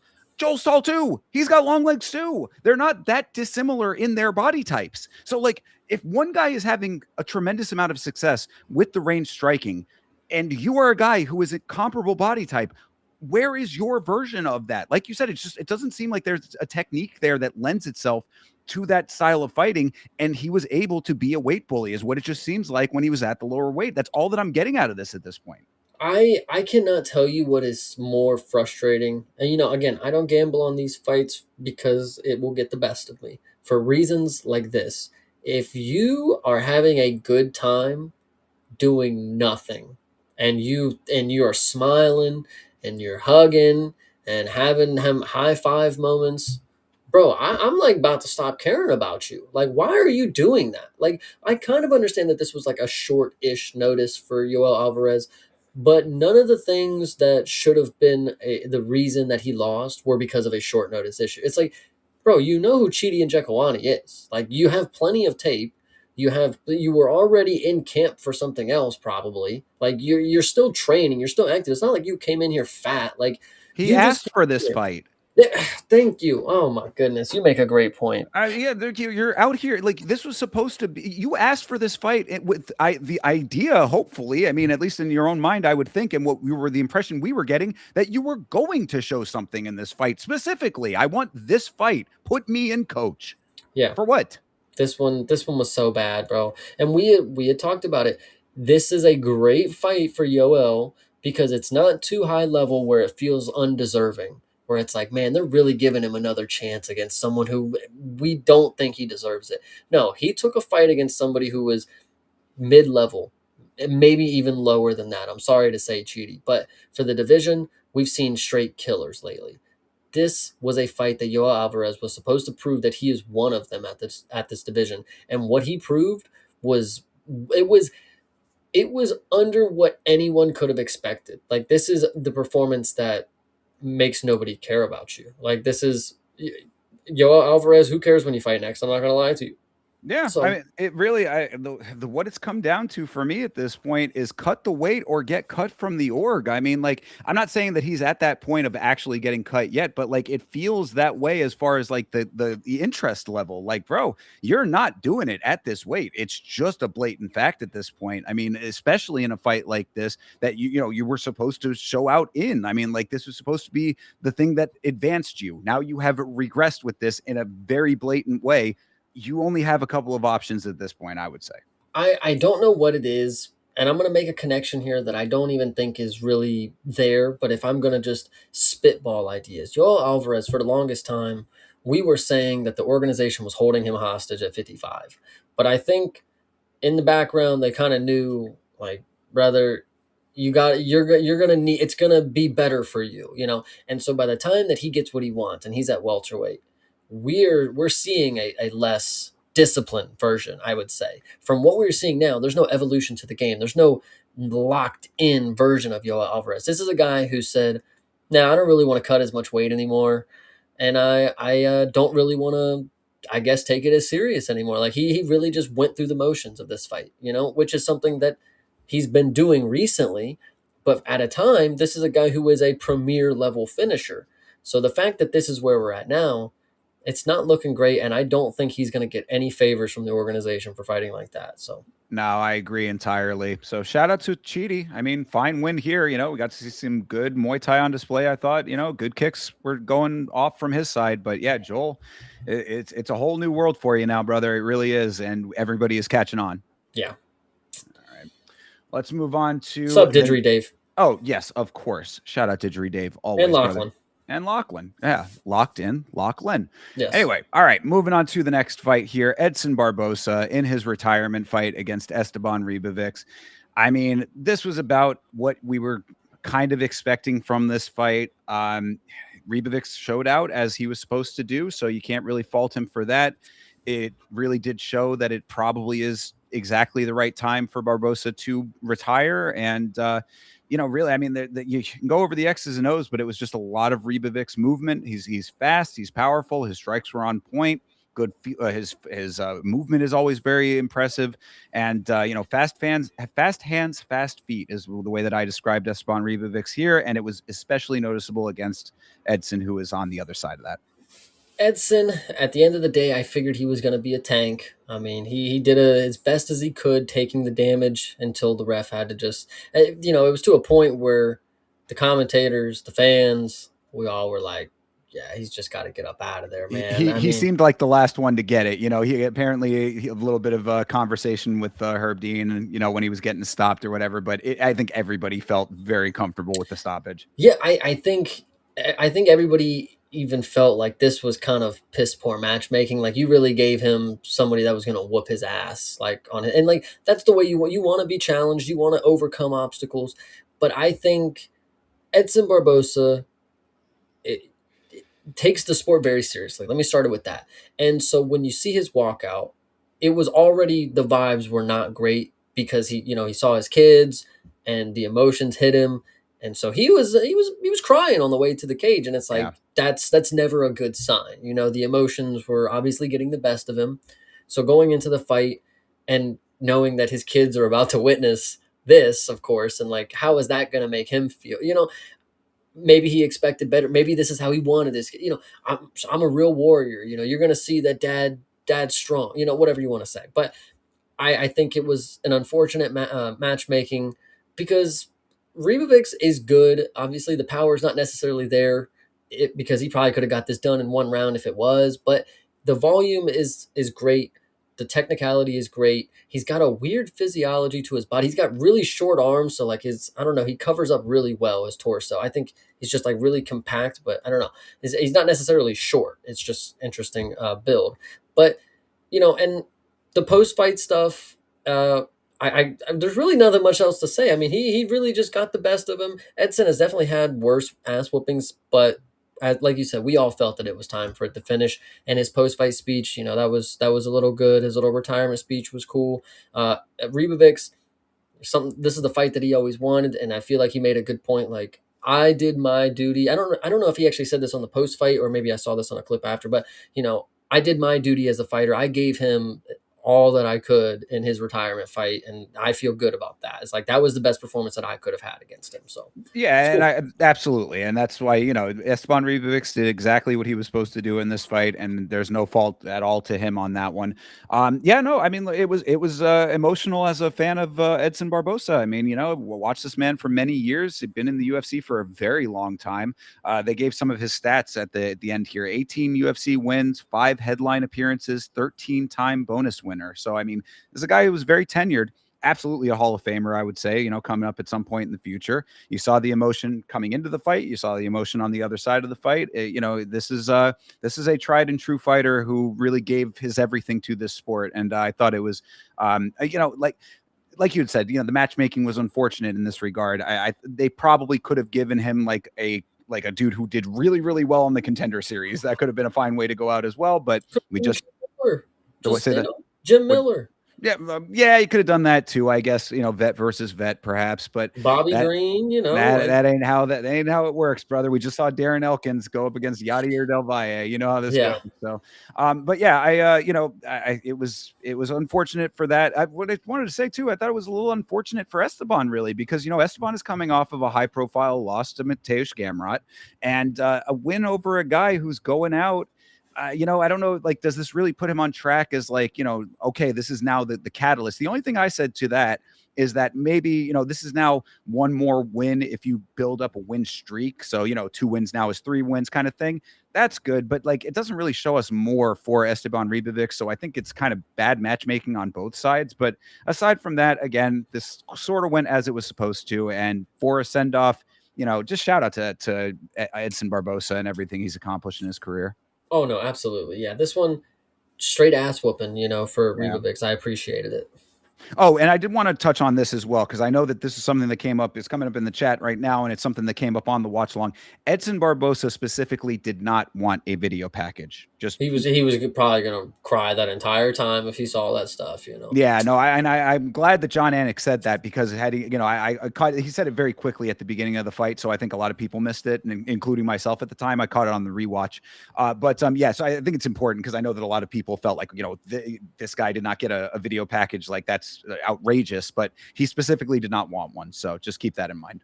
And to everybody, talking about what does this do for Ribovic's stock, saying Hydra saying complete dud for Esteban doesn't raise or lower his stock for a complete nothing burger. He was talking about how he wanted to fight Edson. He had grown up watching him. This is South American mixed martial arts. He had been familiar with somebody who had been in the game for this long. I think that this was okay because he got to have a moment that in his career not many people can say that I got to face and retire my idol, or whatever you would like to say to that. So Yeah, no, I agree with that as well. And again, this is the job. You did what you're yeah, supposed to do. So really, there's no fault on either side. But again, shout out to Edson Barbosa, definitely a legend of the sport. 100%. And shout out to Vegas Golden Knights 20 having us on the 75-inch 4K flat screen. Appreciate you, brother. Thank you for being here. And for subscribing, I just saw that a minute ago as well. Hey, well, thank you for that. Appreciate that too. Touch All the right. palm, cut the blood, or whatever. Hey, yeah. Cut the hand, touch the blood. Absolutely. Appreciate it. All right. Well, that brings us on to the next fight here. And, I was shouting out Chase Parton left and right for this one. This is Mansour Abdul Malik versus Dustin Stoltzfus. And I mean, okay, let me just say this off rip. I was watching our good friends over at the 10-7. They do a pre-show and another good subscription over there. If you're not already subscribed to the 10-7 MMA, I was watching their pre-show, and I believe it was our friend DS over on that show who was saying he wasn't very high on Mansour Abdul Malik. And I was like, this is not the only time I have heard that. I've heard that from a couple of people, that it's like, oh, this guy might not be all he's cracked up to be. A couple of wins might not have been looking like what you'd want to see. That there might have just been some things here. All of that being said, I certainly did not think that this was how this fight was going to play out with Dustin Stoltzfus, but you know who did? Mr. Chase Parton. He did. Yeah, no, this one I did shit on this card, and we'll talk about that later, of course. But this pick right here, it's just sometimes when you're really confident in somebody that you really shouldn't have that much confidence in, and they pull it off emphatically at that. it does feel pretty good because I had somebody in my chat, you know, they're like, "Ah, Mansoor, man, he's a bully, man. He's gonna knock him out, and he's doing good." And I'm like, I don't know, it ain't happened yet, brother. I mean, we're halfway through this first round, and the most that we've gotten, which this was something that was criticized in the Cody Brundage fight with Mansoor, and that ended up being a no contest, is because he actually no, it ended up going to decision or some shit like that. Anyway, he headbutt Cody Brundage. They ended the fight TKO decision, something like that. It was a weird thing. Yeah, it was It weird. might have even got overturned, but this right here was when I realized that, oh, Mansoor really loves those little headbutts, bro. So the first round ended, and I'm like, Mansoor didn't land nothing really. He landed a couple shots, sure, but Dustin Stoltzfus had a bloody nose from a goddamn headbutt, brother. It wasn't nothing crazy. So obviously we had a good first round. Dustin Stoltzfus gets the slam, I think, or late in that round, which was they were talking about that's his thing. He's a slam. He's got most slams. I'm like, what the fuck are they talking about? I ain't never seen this dude slam nobody. But there, I'll take it. Shout out, yeah. Dustin came out here. One thing, there was a part that actually Dustin Stoltzfus, as a guy who is a fan. Legitimately, I'm worried for you because if you remember back when he fought um, Bruno Fajeda, the spinning back elbow, after that fight, he said he had nerve damage in his face. Like his shit was like all fucked up. In this fight, after they collided heads, this was the second time that happened in the first round, by the way. So this was already after he had a bloody nose. He got knocked in the head, right in the nose again, the nose that he just got fixed, which we'll talk about, of course, as well, and like his face like locked up, and he had to like, I don't know what he did, it was really weird, but he had to like make sure his face was still on. It was the weirdest thing, and I'm worried for you, bro, because that looked like, I don't know, like if you remember Jared Cannonier when like his hands kind of like did that like weird flex thing, Yeah. this was like that. I was like, oh dude, that's concerning. Like he tanked through it, you know, he kind of like wiped his face off and he was good, but I was like, Joe, I don't know. I was like, dude, that nerve damage really kind of screwed with him right there. Uh, So anyway, yeah. great power through. Love Dustin Stoltzfus being that tough tank. Had every had every answer. This is a guy who has answers in a lot of different varieties. They were talking about how he's a black belt, and it's not necessarily BJJ. It's a non-Gracie style of BJJ that he's a black belt in, by the way. So that is an interesting key because he had a lot of different techniques here that were looking pretty good. You know, they were talking about, I ain't never seen nobody submit somebody with their knee on his neck. He's doing this. I was like, man, Dustin making a good case out here for fans like me. Mansoor really, I mean, sometimes you just get a dude who's just not going to stop whipping you. You know, the fight goes to multiple spots. Dustin can get those to those multiple spots. And if Mansoor can't get up, or if he can't fight back in some of these spots, you see exactly what happened. We get a rear naked choke at the end of the second. And shout out to Mansoor. He didn't tap immediately. I actually thought he might have been able to maybe work something out, but he tapped, and Dustin Stoltzfus made a guy like me look really good on this night. He really came to play, and I appreciate him. He certainly did. Now, you know, I'm glad that you touched on the knee on the neck thing. This was a topic of conversation during the watch along. Knee pressure to the throat is not legal. So there, you know, this is like something that just kind of got overlooked. Now, I had said that, you know, strikes are not legal, but apparently also knee pressure to, you know, pressure on the neck or on the throat rather specifically is not legal. So, I mean, you know, something Well, that's kind of got overlooked. no, that's like a legit submission thing. Like that's fine. You know, we're talking about no pressure on the neck when we literally watch people wrap up necks and squeeze them all With the time. legs though, with legs, But like, knees and elbows. yeah, but you could. What is a the fucking, oh my god, the shit that Nick Diaz did in Japan, the fucking Gogo Plata. That's literally putting the shin under the neck and pulling that. Like, That's come not the on, knee though. The knee specifically. the knee specifically. Again, I think that was that's a legitimate submission in my mind. It I seemed mean, like it to me. I mean, I like, I don't know. I mean, apparently it's not though. So I'm just a saying. gray area for sure. I think in the moment everybody's like, yeah, that's legit. But if you break down the rule, it's like, yeah, maybe he probably can't have his knee on his neck. But like I said, he comes from a non-traditional BJJ base, you know. So that might be something that he submitted plenty of Look, people with, you know. I'm just telling you what the rules say. I, you know, take it for what it is. But either way, with all of that, this was a very fine showing for Dustin Stoltzfus. I agree. I mean, what I wanted to say, you know, we brought the Sulayev stretch earlier. He tried to pull one off in this fight at the end of that round, the end of round one, I believe. So I mean, like that was, you know, this dude was on some shit tonight, man. I mean, He's like, got game, don't he? yeah, it was it was almost one of the, like, it's not surprising because he is a high level fighter and you should expect that level of competition, but it was surprising in this fight specifically. I mean, this was a dude who, he got a nice mat return there. The ground striking was good. He landed a really nice sequential combination early on in the fight. There was dude, the punch that he landed towards the end of the sequence where he kind of just, he had his knee on him and Mansoor's kind of like laying there not really doing anything, and he like cocks back as far as he can and just sticks him. It was so funny because like Dustin is really just one of the, that DC's talking about, that blue collar fighting style, just I'm gonna do anything to win. Like Dustin Stoltzfus is one of those dudes that just, he will get after it. There was a really funny point in this fight, and I bring it up. We haven't seen Mr. Tom Aspinall's return, but Dustin Stoltzfus got kicked in his eye With the big toe, yeah. and he thought he was going to get some special treatment for a second, and everybody's like, no, that's legal, brother. And credit to him, he continued to fucking fight. And I had my question with that, and now we don't need to sidetrack too far, but it is interesting to me that fingers, problem, toes, also a similar appendage, not problem. I don't know. I mean, is there not something there a little bit? Like, if you're getting poked with a finger, I mean, obviously the makeup of the appendage is different, but is there not something to say that those are somewhat comparable and maybe could be considered as such? I definitely agree with what you're saying. But now, that ain't how the sport works. But that ain't how it works, and I just appreciate, because in actuality, I've only seen that happen one other time. It was a females fight. I believe it was on UFC 215. I was doing a rewatch, and she got kicked. And she didn't even get kicked in the eye, but like you watched the replay and like the big toe like fluttered her eyelid, and she thought she was like fucked up. She was like, "Oh my God, I just got kicked in the eye." So she like fell over and like, it was over. And then like 5 seconds later, she was like, "Oh, I'm fine," kind of deal. So this one, it actually looked like he did get kicked right in the fucking eye somehow. So for him to put that aside, get headbutted to the point where I think his mask was falling off.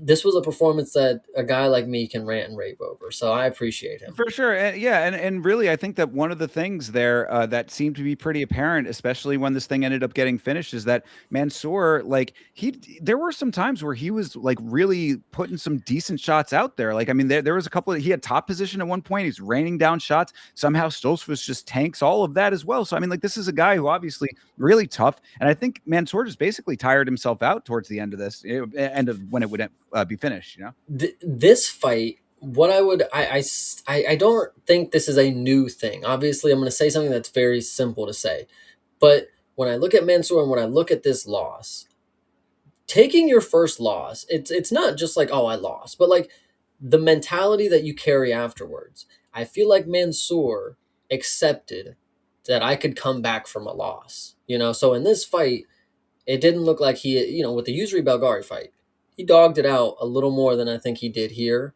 So in this fight, I'm like, it looked like he was okay losing because he's already done it. I've bounced back before, here I am in a fight, I have a new opportunity.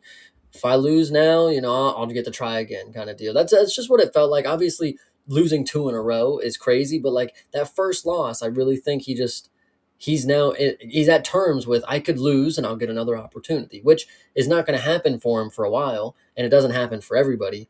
But this wasn't necessarily, listen, you got upset pretty bad, dude. Like, you're supposed to be the hot prospect. Dustin Stoltzfus, I would say they kind of were feeding him, and he got over on you, like, really bad. Oh, yeah, and yet another unk upset over here. I mean, that certainly was what it is. And shout out to Dustin Stoltzfus for making it happen. But, I guess all of those people who saw the holes in Abdul Malik's game are starting to definitely, kind of take that and realize that they were correct. So shout out to them, Yeah, absolutely. Good deal. All right. Well, that takes us to one of the feel-good stories of the evening here. Jalen Turner versus Coué Fernandez. This dude, Coué Fernandez, really tricked people into thinking that he was about it, bro. I told you, I said this on the last episode of this very show, that this guy is not up to snuff. And actually, another shout out to the 10-7 on this one. On their pre-show, Bam Bam was talking about the strength of Coué Fernandez's competition coming into this fight and how it essentially is a whole lot of padding. And I think we might have even talked about that a little bit too, right? I think that you brought that up. So, I mean, this guy really did a snow job on people thinking that he was better than he was, but Jalen Turner had already showed us that he was on the level. Yeah, he had a bit of a setback there. Some stuff mentally needed to get sorted out.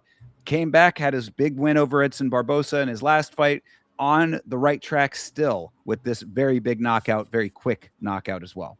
I think like the thing about this that's crazy is I think we talk about matchmaking kind of screw people over. I think with the story and the momentum that Jalen Turner has, this makes sense. But if you have seen Jalen Turner fight before, you would understand that this dude is fucking good. Like he's not just good, he's lethal on the feet. I don't know if you saw, he's got 100% finish rate. So he at the end of the day, if you're gonna stand with him and strike, it gets crazy in there. And Coy Fernandez found out quick, found out early, didn't even have to do shit. It's funny too because Coy Fernandez just tried to do some shit. I'm just gonna throw a spinning elbow and just gets fucking cracked. Like it's like, what are you doing? Like you thought you could get away with something that Harry Hardwick would get caught with. It's like Jalen Turner is is good. Like he is an offensive weapon, and he is very very lethal. And when you talk about his story, with him retiring, it wasn't even a bad stretch that he was on. Like it's not like he lost four in a row and retired. He lost to Hernando Moicano and got subbed to Bahamundes. Like, okay, fair. He almost finished Moicano if it was a different ref. He literally almost did. Now, the Ignacio Bahamundes one, that's a decent little prospect. Okay, minor setback, big comeback. Obviously, the mental stuff was weighing on him, but it seems to be that Jalen Turner is back in a form that I had not seen in a while from him. And I don't even think he was this aggressive on offense before. And that's saying something because he is, again, lethal. But when it comes to how he walked into Edson Barbosa and how he just walked into this one, it's as if there's no fear in Jalen Turner anymore. Like this dude is crazy. He just walks in there, unloads, gets up out of there, and like I love it. Yeah, no, it really does look like Turner 2.0. It really does. Like he seemed because I think I was even talking about this on the prediction, saying that like there is a potential for it to be more of a chess matchy kind of situation if Fernandez is going to come in with the leg kicks that he likes to do. Jalen is a little bit more tactical. It takes his time. He's not taking time anymore, and you know how I feel about fast starters, man. Jalen Turner coming out the gate hot. This was looking exactly like what you want to see. This is the next level of the progression here for him if he can keep this up, and I'm loving what I'm seeing now. This can he subsist on this when it gets to a point of a higher level opponent who maybe will meet fire with fire? That is going to be the question that I have when it comes to how he's approaching these fights. Because if we're talking about Edson Barbosa on the tail end of his career, Coy Fernandez not on the level. We're gonna have to see how he does against somebody who's going to be is on the level and is going to meet him halfway with this. But if this is how he starts his fights with the IQ that he already had, now we said also last week a lot of these losses, not losses that he should have taken, but that is in the past mentality. This could be the new version of that. So if he has all of the pieces in place with the fight IQ plus this level of intensity, he can certainly go far, and he may be best some of the better guys.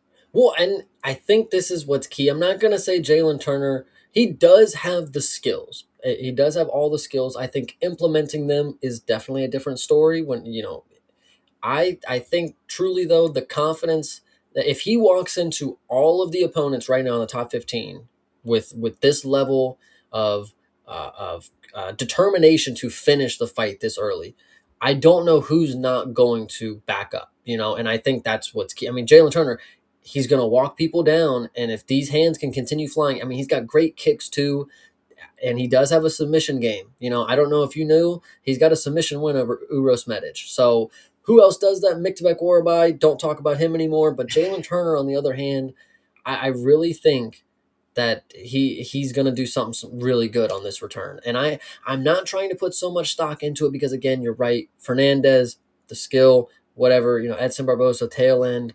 But he can hang with the top people. And he Split already decision. did. I mean, like, he was already Exactly. doing that. So yeah, And he's still very young. He still has a lot to prove. I think this is very good. This is very good for Jalen Turner. I really like the new form that he's in. Yeah, very much so. Same. Unfortunate that they cut his post-fight interview on Paramount. By the way, something I wanted to mention. Did you have something you want to Well, jump in there? to Vegas Golden Knight's point, I'm not saying Topuria would not murk him, but I'm saying Jalen Turner can make a lot of people back up with this level of determination to end the fight early. And whoever can take the shot, that's up to that. That ain't on me to determine. If there's a lot of people in the top 15 with glass jaws. Look at Moicano, obviously not a glass jaw, but he got dropped square on his back. And who's done that to him since? So that's just the point that I'll make there. But yeah, well, and also, I mean, like, we're not necessarily saying that, I mean, we have to see. We got to find yeah, out what he's going to end up doing. I mean, this is the new version of him. So, I mean, like, yeah, the point is right now he can get to that position potentially, and that's really yeah. what we're getting at, I think. But yeah, so back to the point I was making though. So yeah, Paramount again. I've said it several times. I put out shorts about this. Had to mention it again here. Paramount, with all of their terrible editing, Paramount paid $7.7 billion for this company and does not care about MMA. They cut off Jalen Turner's post-fight interview. Okay, maybe that's not so bad, but I didn't mention it during the fight. Tobias and Fernando, second round, gone. Just we went from round 1 to round 3. Just saying, if you're watching these on VODs, you are getting cheated by Paramount Plus. Just had to say that. Other than that, I did think it was kind of funny that my last note about the fight is that Rogan said that Kue Fernandez was complaining about the stoppage. He wasn't. He was just sitting there. I thought it was Rogan's like, oh, he's not happy about it. He's complaining. He's like, no, he was so dazed, sitting there silently. He had nothing to say. We will definitely talk about Rogan being on something tonight because he had his moments on commentary for sure. He dropped the F-bomb like 3 times, which was funny. But yeah, I mean, at least they're okay with that on Paramount. But any which way, I just thought that was something that has to be noted here because they just keep screwing this sport over that they just paid all this money for. I feel bad for Fernandez because I think this was one of those false sense of reality type deals where he thought because I could leg kick Harry Hardwick in a couple rounds that Jalen Turner was going to be some easy fuck around and find out shit, and Jalen is, I mean, guys, the tarantula is really not the name that is fitting. Like, this dude is really the Grim Reaper right now. Like, I mean, Kevin Durant, the Slim Reaper. I think Jalen Turner, you could don the mantle, brother. But yeah, keep doing what you're doing right now, and it certainly looks a lot better fight over fight. I would agree with that. All right. Well, that does take us to the drop off of the card. It would feel this is Mackenzie Dern versus Jillian Robertson, of course, for the strawweights women's title here. Look, I mean, we both picked Jillian. We both got this one wrong. I don't think that either of us could have known that it was going to be this poor a performance for Robertson. This was not a masterclass for Dern, I thought. I mean, granted, this was a dominant performance, undeniably so. But this was really 48-47 hilarious, just off rip. But. Oh, yeah. Who gave this man judging privileges, brother? But yeah, no, this was not a masterclass necessarily, but it was a surprisingly, shockingly bad performance by Robertson, I would say. I mean, this was one of those instances where I really feel that I just think that the moment got the better of her and she just wasn't able to snap out of it until way, way, way too late into this fight. This was all, the entire story of this one is confidence. I mean, you had Mackenzie Dern, who they always talk about, you get 10% better when you become champion. Most of that is confidence. You're the best in the world now. Nobody can tell you different. So I'm going to play my game. They got to play to my rules kind of deal. And I think Mackenzie Dern, she had a great mentality coming in here. The striking actually looked, listen, Mackenzie Dern put on a champion's level performance against who she had going against her. I mean, she dominated. This was, listen, if Whaley did exactly this, we'd be drooling. I mean, it wasn't crazy. It wasn't entertaining. It wasn't the best, but it was domination to what Mackenzie Dern's game is. Sure. She got to play her game for 5 rounds. That and that level of confidence really is what set the tone. Because Jillian, I mean, did you see the clip of her doing in the back doing the boxing, doing the little uppercuts? Yeah, I think so. It just not looking great. The vibes were just off from there. It's like you're watching that and it's like, where's the intensity? You're about to fight, like, bro, anybody else is looking at the camera doing their little thing. Like, she looked like she was fake locked in kind of deal. Like, all right, camera's on, let's just do something kind of deal. And then when she walks out, she's singing along to the pimp song, whatever you want to call it, PIMP, and it just didn't really look like she was ready for a title fight. I kind of noticed that. I kind of noticed that at the weigh-ins too, that she kind of like, and I don't usually watch like a lot of the weigh-ins, but just the little clips that I saw, that just had this like kind of far off like look about her at sometimes. Now, look, you don't. I'm not one of these people that's like sitting there analyzing body language or anything like that. But then when you see what happened in the fight, it's like now you're starting to connect dots. Yeah, like I don't again, she's a big pot smoker, maybe she just really wasn't as mellow as she normally wants to be. Maybe she's just up here when she needs to be down here. I don't know. But there was definitely a size disadvantage here. I mean, when you listen, Mackenzie Dern is talked about for having a butt, but her thighs are just as big, guys. Like her compared to Jillian, like Jillian is a really skinny girl compared to Mackenzie Dern. Like that was very apparent in this. Even the arms, like Mackenzie Dern has been in the fucking gym. It definitely shows. She looks like she's tacked on more mass and then willing to take a bigger cut. She's probably been able to make the cut pretty easily and probably figured I could do this.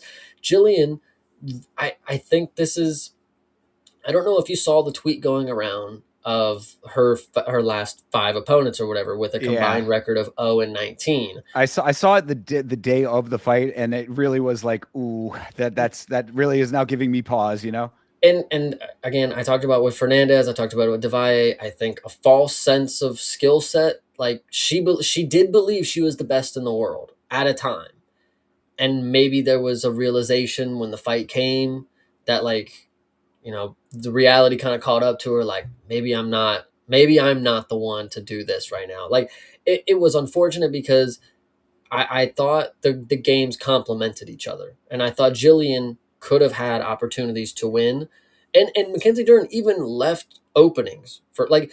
There was a time where she was just sitting on her stomach trying to go for a dumbass knee bar. Like Jillian, just fucking punch her in the fucking like. Well, yeah, I mean, so that does bring me to my points about this, where I mean, like Robertson did have little spikes of moments, but they were late in this fight. I mean, she did win, I think, the fifth round. Like like she stole a round away at the way too late point of this. It's like it really felt like there was just not the realization that you have to snap in quicker, which to the next point kind of comes from a little bit now. I know a lot has been talked about this. We don't need to go all into the whole Dean Thomas conversation, but as it pertains to the fight specifically, I think that there is something to be said for the lack of cornering that she was getting in this fight. Now, you should not need your coach to win the fight for you, right? Obviously, the coach cannot do that. You are the one in the cage. You need to be the one making the decisions at the end of the day. We talked about Connor's, conversation about this when we watched McGregor Forever. At the end of the day, you are the first and last line of defense in that cage. That is your job to win the fight. But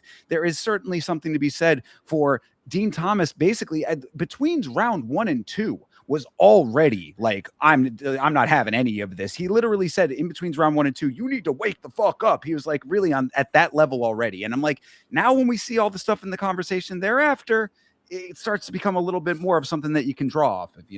I'm not even gonna lie. It already, even when you're watching the fight, you're talking about between 1 and 2. I mean, what Dean did, what he did after, and he already made his apology or whatever. We'll talk about that separate.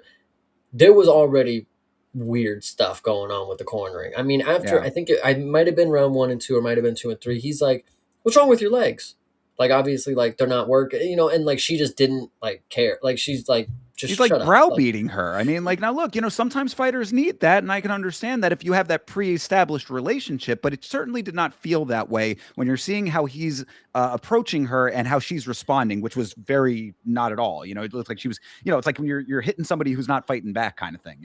and then the fifth round, the last time he gets to talk, it's the most awkward pause ever. He sits her down and he's like, "Well, get her up against the cage." And it's like, what? Like, I don't know, bro. At that moment, I was like, yo, what? This dude really didn't have his fighter at the level that she needed to be coming into this fight. I don't know. And then, obviously with the shit that he says afterwards, where he's like, yep, I'm just done. I think she's reached the level that she's going to be at, that's about it for her. And I'm done. And it's like, it doesn't feel the way that you say that. It's like, no wonder your fighter didn't have confidence going into her title fight, is when deep down her coach thinks that like that's the end of the road for her, is getting there to the title, is not winning it and doing anything after. And now my coach just dips out. Like Jillian she's a grown woman. She probably knew that he was going to do all this. Like this is just Dean making a fool out of himself. Like she probably doesn't really necessarily take too much, or she does. I don't know. Grown woman, she could do what she wants, but this was just, I think she could have had a better mentality coming into this fight. I think it was just level of confidence. That's all. Yeah, and really, I mean, you take that, you take Dean, you take all of the things that we've just discussed here, you put them all together, and this is the package that you get at the end of the day, really. I mean, if you break down those parts, this is what they equal up to. So it does track. And again, I do want to at least highlight, because of how dominant a performance it was for Dern, there were moments for Jillian. And they were all late in this fight, and she did steal a round away at the very end. Like that, it doesn't equal up to much, but it is, it's like, it has to be like put into perspective based on everything that we've talked about. So I want to at least give her that, because there's really not much else to give her. And to the point, because I see 10-7 talking about it. And, I wanted to mention it. Yes, she does have the arthritis in the hips. That is something that was, I thought, a very good point that Bam Bam was making on the pre-show over there at the 10-7. The reason that it's not a big talking point for me is because I don't feel like it played the craziest factor in this fight. She seemed like she was moving pretty decently when she wanted to be moving. She was still striking, even if she was not landing the strikes. It's just Mackenzie Dern had the ability to negate everything that she was bringing to the table. If you add the hip on top of it, does it help? Of course not. Definitely not. But it certainly was not like that's the thing that I can point to. I think that everything that we just talked through is the big picture here. It just felt like Jillian, the confidence, of course. I think she was just overthinking every movement in there. Where at this point, for Mackenzie Dern, it was instinctual. She's running through the motions. I'm the champion. I do what I want. Jillian, it just felt like she was stuck in a dream. Like, when you're trying to punch in a dream or you're underwater. Like she didn't have any spring. She didn't have any pop. It was an unfortunate performance because, again, it wasn't the craziest performance by Dern. It was her game and it was dominant. But Jillian, like I said, there was a moment where Mackenzie Dern was sitting on her damn stomach trying to go for a knee bar. It's like you could have optically won the fans over if you would have just tried to do something, like do something that is a little unorthodox. You're grappling right here, and she obviously is not giving a shit. She's got her back turned to you. She's just trying to yank your leg up. Like, just reach around and punch her. Like, do something that it's like you as a fan, you'd be like, Jillian is trying to win this fight. She's not the one just trying to fuck around and play touch butt in the park, like, yeah. But it didn't happen. So no, yeah, well, and it goes to the point that Mackenzie was comfortable enough to try those kinds of things, because it sometimes felt. I mean, like, look, she nearly got the rear naked choke in round 1. So I mean, it's like after that, you're not feeling anything coming back. You're able to get that potentially sunk in, even if it didn't work out. She's got a blank canvas, as I call it, open runway to do whatever she wants. She might have been a little bit highlight hunting at times. If she had gotten the knee bar, that would have been some crazy shit. So, I can understand that part of it, but it is certainly your job as the opponent to not allow her to have those moments. No, absolutely. Yeah. And she even said in her post fight that she was looking for the submission. The last thing that I'll note about her post fight, which this irked me a little bit, and it, whether it should or shouldn't. So Mackenzie Dern obviously gets her daughter, comes in the cage, and like she's got her daughter's hand and they're about to, raise the hand. And this fucking bitch on the side grabs the daughter's hand and she's like, no, she can't be up there with you. And like, so she pulls her to the side, and Mackenzie's like arguing with her, like, no, come back over, like, come over here. And like, it was just like who, get the fuck out the way. Like, what are you doing? Random commission lady or something, right? Yeah. I know what you're talking about. Yeah, I mean, if fucking that basketball chick is allowed to go and just be a random ring girl for a time, the daughter can't hold her mother's hand. Get out of here with this horse shit. There are no fucking rules. So what the hell are you trying to make them for now? So what I will say to that is Mackenzie Dern, she likes a man who leads, but I will say she did not play that about her daughter. She was going to have her daughter raise her hand together once we get the win. Easy enough. She could have been like, okay, like whatever. But right, this was a moment for her and her daughter. She's the champ. This is her first title defense. I think Mackenzie Dern, if all else, whether you hate watching her, whether you love her, whether you love watching her, she is carrying herself as a good champion, I would say. I think you're absolutely correct about that. I've been the reason I picked Jillian was because I've been skeptical of Mackenzie Dern as a champion. There have been times where I thought that she's performed exceedingly well. I always talk about the Angela Hill performance as being one of a time where I thought she was a standout talent in that one. Then she dropped off in the fight after that. I always thought she was a little bit, she was inconsistent. But now as a champion, she's certainly carrying herself well, and a win like this definitely speaks to that. Absolutely. I mean, this was your Sugar Sean title defense, so hopefully we're ready for the second one and don't Eh, expect too much. well, right. I mean, now they were talking about that on commentary. Oh, it could have been Waylay. Yeah, well, now it's probably going to be. So we'll see what happens. Yeah, we'll see. All right. Well, then that takes us to our main event of the evening here, of course. That is Islam Makhachev versus Ian Machado Garry for the welterweight strap. Chase, what'd you think? Well, aside from this being not the most exciting fight, it was the main event and it did not feel that there was no danger. Obviously with Islam being on this win streak, anything's fucking possible. You can't really rule anything out. When you get to this, it's like history hasn't been broken for a reason. When that happens, it's a big moment. So I did not I did never believe there was never a point where I didn't believe that Ian Garry could just pull something out his ass. Islam was starting to wear damage. This is where we got to start to realize, what happened with the Volk fight as well too. Islam is from that region where damage just does not fare well to your skin. He just turns all different types of colors and gets lumpy. It's whatever. Dominant performance, sure. I mean, it wasn't awesome, but he won most of the rounds. 48-47 again is probably very incorrect. But there was one moment that did get us on our feet where Islam, caught a crazy head kick and Machado Garry falls to the fucking ground, which was pretty epic. Yeah, but what I will say to the point before we talk about how Ian is not really in the fight vibe. He's in the fucking hug and kiss vibe. This, I had always said, Ian Garry is the best chance that welterweight has to dethrone Islam. And I still believe that. Obviously, after this performance, he just went to decision with him, and he did a lot of good things that I think Prates and Morales are just not going to be able to do, of course. And I still stand by this is going to be the closest that a welterweight is going to have against Islam as of right now. Ian Garry is very technical. He's very defensive. And I think he did a lot of good stuff. There were moments where he did not do anything towards the end, and you remember what people were saying about Prates. He did the exact same thing that Prates did to him. He waited all the way to the fourth and fifth round and just did not let his hands go. He conserved all that energy. He played the safe game and just did not let it go. So Ian Garry, while he was too worried about hugging Islam and trying to sun in between rounds, that's what makes me mad too. I hate I'm walking away, but I'm gonna rub your head on the way after I'm losing the fight. I don't fucking rub Islam's head like you're his father or something, brother. Like you are losing the fight and you are still like every time Islam's trying to walk away, he like grabs him, pulls him. It's like get the fuck. Oh my god, I've talked about this before, bro. I sincerely dislike, and again, Bruce may be okay with it. That's fine. Don't fucking touch Bruce while he's trying to read the fucking things off. Like, what if you mess him up? Like, you're yelling in his face. Like, if he messes up, that's one, your fault. And, like, it's not about, like, bro, it's the introducing the fights. Like, don't Oh no, touch the fucking guy, I bro. agree. The non-consensual Bruce Buffer touching has to stop. I agree with that completely. No, most definitely.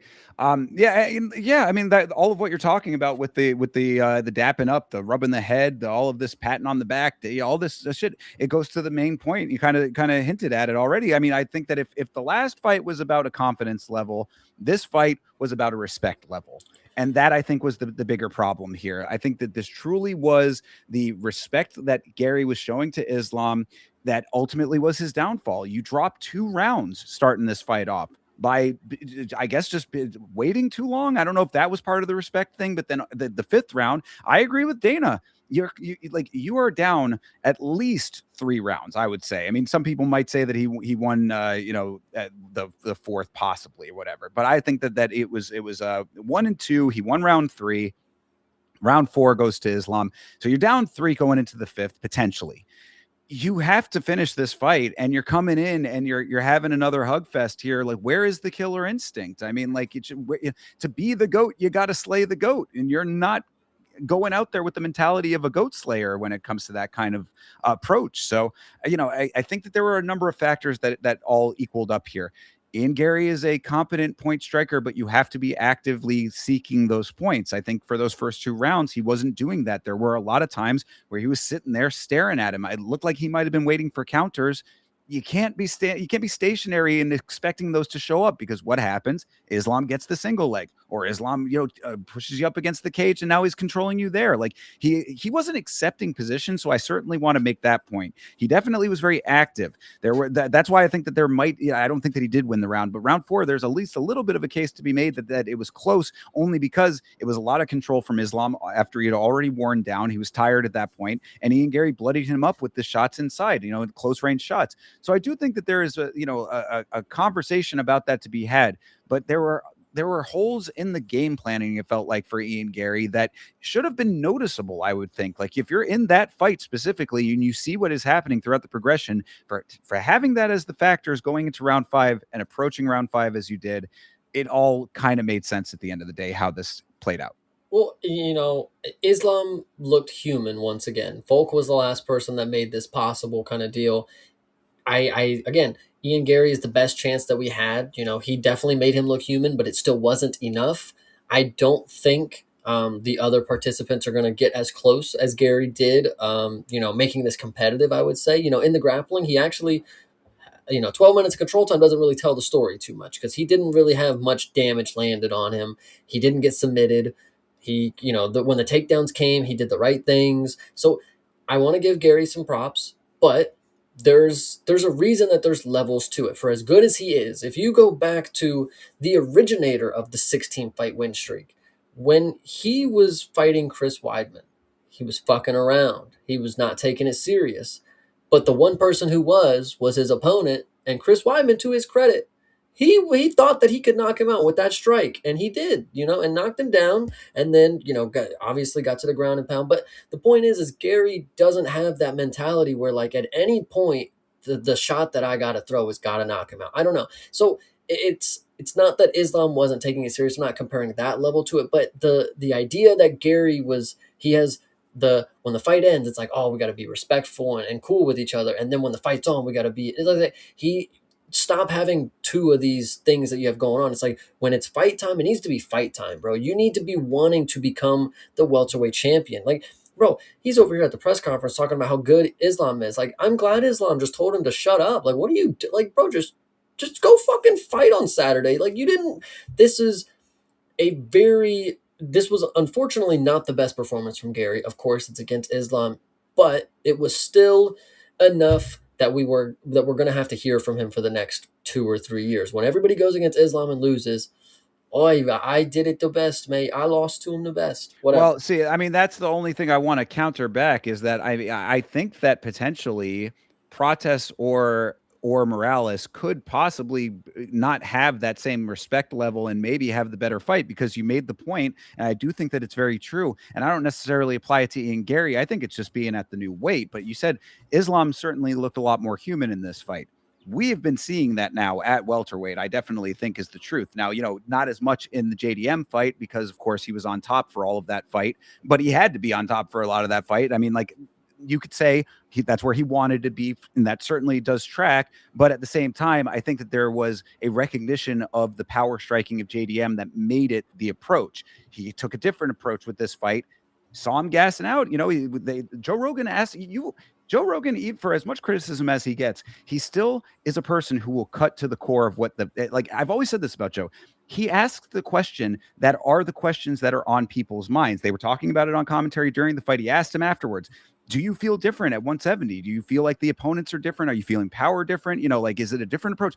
Islam had a fine answer for it. Oh, yeah, it's a little bit different, this and that, but I'm still able to do it. My style is still good.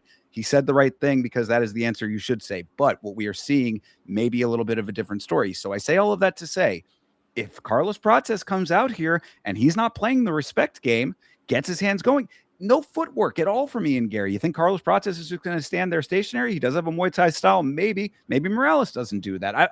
I'm just putting potentials out there as to say we are seeing a much more human version of Islam than we have ever seen him at the lower weight. It's like Rogan said, annihilated people down there except for Volk. It's not looking the same up here. Did you hear what Joe Rogan also said in that moment where he's talking about the people that Islam dominated, where he said he dominated Justin Gaethje? that fight never happened. And DC right next to him. You're right. Yeah, Oh yeah, no, absolutely. of course, yeah. Always the yes and of the Yeah, improv class. Yeah, fair enough that might have been a misspeak, but still the sentiment I think does yeah. track. And but my point is that I think that if one of those other two, whoever they end up giving it to, and I think it's probably going to be Carlos Prates, that would be my thought. Based on what he has gotten himself to as far as fan interest and things like that. I think that maybe he comes out there with a no respect given kind of mentality, and maybe it's a different fight. I do believe confidence does play a huge part in these fights. I think in this fight, well, with Islam looking human with the damage and looking like things could actually, affect him. I think we also saw the same thing with the Volk fight. You could see it in his face, like the doubt, like, I might not have this one. But the fact that he is still winning, I think, he's going to continue to learn.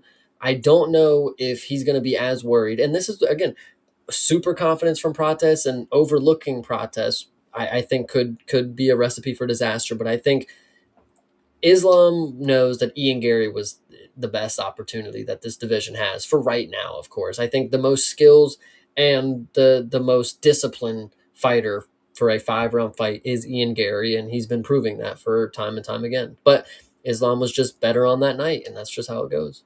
That is how it goes, and that win streak record has been broken. So shout out to Islam. He is the man at the top of the heap right now. So, would you like to know where Adriano Martins is now? Currently, the guy who has the one win over Islam. Would you like to know where his career ended up? I certainly would, Chase. Tell me. So he beat Islam Makhachev in 2015. So, and then from the span of 2016 to 2019, he had 4 fights and he lost all of them. And in 2019, his most recent loss by unanimous decision was to, I don't remember if you know that there was a fighting nerd that they don't really mention anymore named Khrushchevsky. Um, Yes, Kraszewski. I do remember. he had been beaten by him in 2019, and that's where Adriano Martin's career has landed as of right now. And that is why MMA math don't math right there. Yep. So So it is a very interesting thing. I mean, could people say that Islam is not the GOAT because he has one loss compared to his mentor who has no losses? I think when you break down the X's and O's and you look at the names that Islam has been able to get past, I think it speaks for itself, guys. I mean, if Anderson Silva is some people's GOAT at a time when the competition was goofy enough where I could just go like this in your face and not think you're going to knock me out, Islam has definitely proven that he is worth mention. I mean, come on, man. Pound for a reason is what I've always said about it. And he's continuing to get the wins. There are some people that are trying to make some argument here and there. Oh, Ian won this fight, the striking. That's come on, dude. You watch the fight. I watched it twice now. I mean, I was specifically looking because we did have a conversation. Like I told you, I'm going to put a clip out probably sometime this week of a conversation we had on Muay Thai Sundays about this, where consistency and how you judge fights. And yeah, damage is supposed to be the first metric in this. You watch this fight back, Islam won this fight. So 100%. It wasn't a fight that I would necessarily put somebody um, through the battle of watching like now. Like if you didn't watch this live, I'm not going to show it to you anytime after. I'm just going to let you know Islam won, and he's still doing it. But yeah, that's that. And it's funny because I rewatched. I was showing my dad because my dad is always like, the UFC doesn't really have like that guy. Who's that? The UFC guy, and I'm like Islam, I mean, he's gonna break the record of Anderson Silva. He's like, I've never heard of him, and I'm like, all right, well, I'll show you his fight with Dustin Poirier. This happened a little bit ago, and when I was watching it, I even was sitting there thinking like, damn, I couldn't have picked a better one to show this motherfucker. Like, I mean, he knows who Dustin Poirier is, so it kind of led into it, but like, it wasn't really the greatest fight as I remember it being. So Islam just has that. He's very dominant at what he does, and for what he does, the rule set acknowledges the winning record for. He's very good at what he does, and he wins the judges' scorecards. So yeah, we'll see if he's able to continue doing just that when we find out who he fights next. But for now, Islam Makhachev reigns supreme. So that does bring us to the end of UFC 330, Makhachev versus Machado. Garry, Chase, after talking it all through, final thoughts here. this was a very crazy night. The main takeaways, of course, I think this might be a new thing we could do. Main takeaways, of course, Orabai.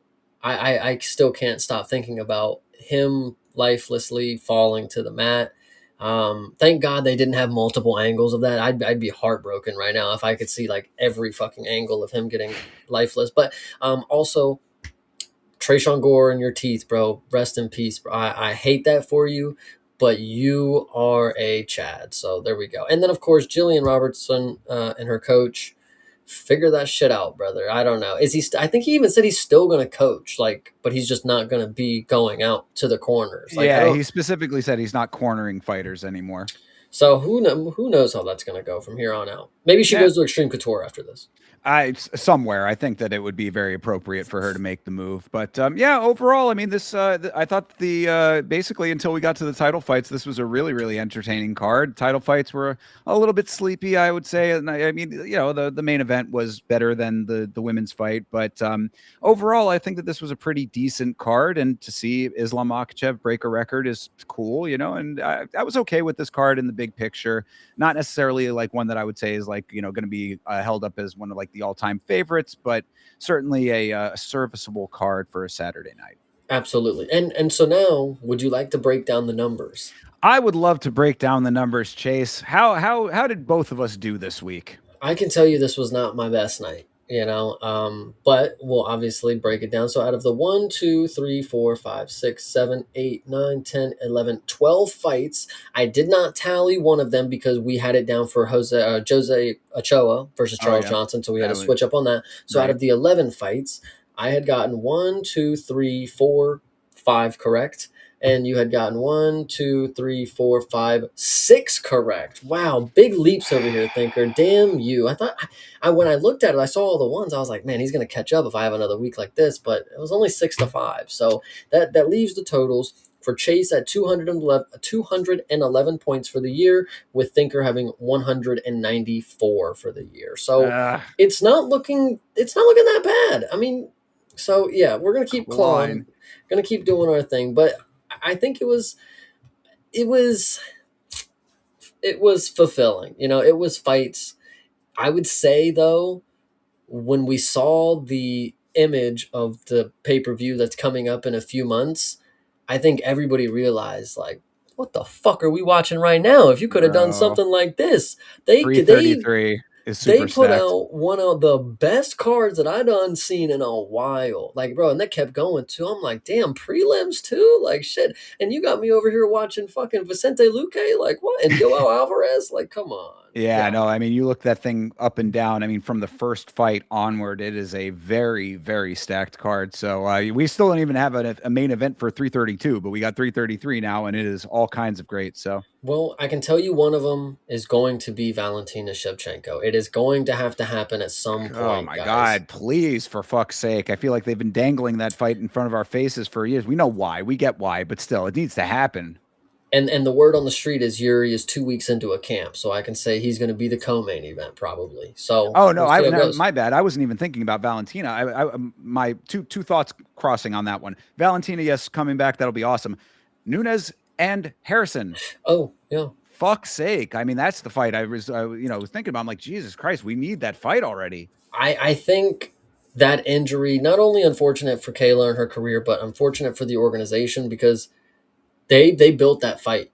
That fight was going to happen, and it got pulled out. And there was a reason that there was no talks for it to be on the White House, is because I think they realized like shit, she's going to be out longer than we thought. You haven't seen a single promotional thing. Amanda Nunes has not been at any of the fights. She has not been in social medias talking about how the fight needs to happen. We need to get it going. Like, and she's very vocal. We both of them are very vocal people. So the fact that nothing is going on, I don't know if I like that for Kayla Harrison or not. Yeah, well, I've heard that she's developing well. It just might still be an extended amount of time that it takes. So we'll Yeah. we'll see. I mean, plenty more coming around the corner as it always is. And speaking of coming around the corner, Chase, we got a card coming up this very weekend here. UFC Fight Night, Hernandez versus Rodrigues coming up. Want to talk this thing through? I do want to talk this one too. I kind of appreciate some of the sleeper fight nights because this one right here has got some names on it that I really do appreciate. And if we have ever said one thing consistently, it is that sometimes the ones on paper, that aren't the greatest stack up to be the best. We saw a very, very quality Apex card on the last time that they were there. So this could be good too. Starting off the evening, of course, with Anthony Fluffy Hernandez and Gregory RoboCop Rodrigues. I mean, Fluffy coming off of a pretty bad loss to Strickland. I thought, now, you'd say, oh, he lost it. Some losses are better than others. To me, that was a bad loss. I was not happy with his performance in that fight whatsoever. Rodrigues, I mean, we know exactly what he brings to the table in his fights. He's been doing it pretty consistently as of late. What are your thoughts on how this thing plays out? Fluffy is a guy who wears a tough face. I'm not saying that he's soft or anything. He is very tough, but I think there's a level of ego where because listen, you got to think about this. Gregory Rodrigues, I've said this before, he is one of the scariest dudes in this division. He's massive. He's experienced. He has credentials. He's like some high level BJJ guy on top of him being the most powerful guy that I've ever seen throw punches kind of deal. This is a fight that unless you are like well equipped with a game plan of what's going to work, you know what's going to happen here. I'm going to get punched by this dude. I'm going to get kicked. Getting TKO'd by Strickland is one thing because the volume, it adds up, and TKO'd by him. Only certain people do have that effect, but being one of them is not a great look. Gregory Rodrigues, though, the thing about Fluffy is that he gets hit, and Rodrigues hits like a fucking truck. And he's still getting better. I mean, we haven't seen him at the point, when you talk about the Jared fight, we saw the moment where it was like, the gas tank failed him. Hopefully he, with his size and the weight cutting, maybe that's going to always be a thing, but we haven't seen him in that predicament since. And even with that fight against Jared, he was whooping his ass. Not everybody is going to fucking take that. I don't think Fluffy Hernandez is going to last very long with Gregory. I mean, this guy is fucking scary, man. Well, and it goes to the point why I said that it was such a bad loss to Strickland. It's not getting TKO'd by Strickland that's the problem. It's the fact that you have a very specific skill set that you did not employ in that fight, and you allowed yourself to get touched the way that you did. Now I feel very strongly about this because I was such a big fan of Hernandez coming into that fight. I the dark horse of the division kind of thing. I really would have liked him to be able to live up to the expectations that I had for him. I think that the exposure in that fight against a guy who is generally going to be volume heavy as opposed to power heavy really speaks a very great deal as to like where the holes lie in the game. You exactly like you said, exactly what RoboCop brings to the table in these fights. I mean, this dude is powerful and just always ready to throw. He's another one of these guys that there's not a lot of backup. There's not a lot of hesitancy when he's in there putting his hands to work. So I think that Hernandez is going to be in for a very bad time if he even thinks about trying to strike with him.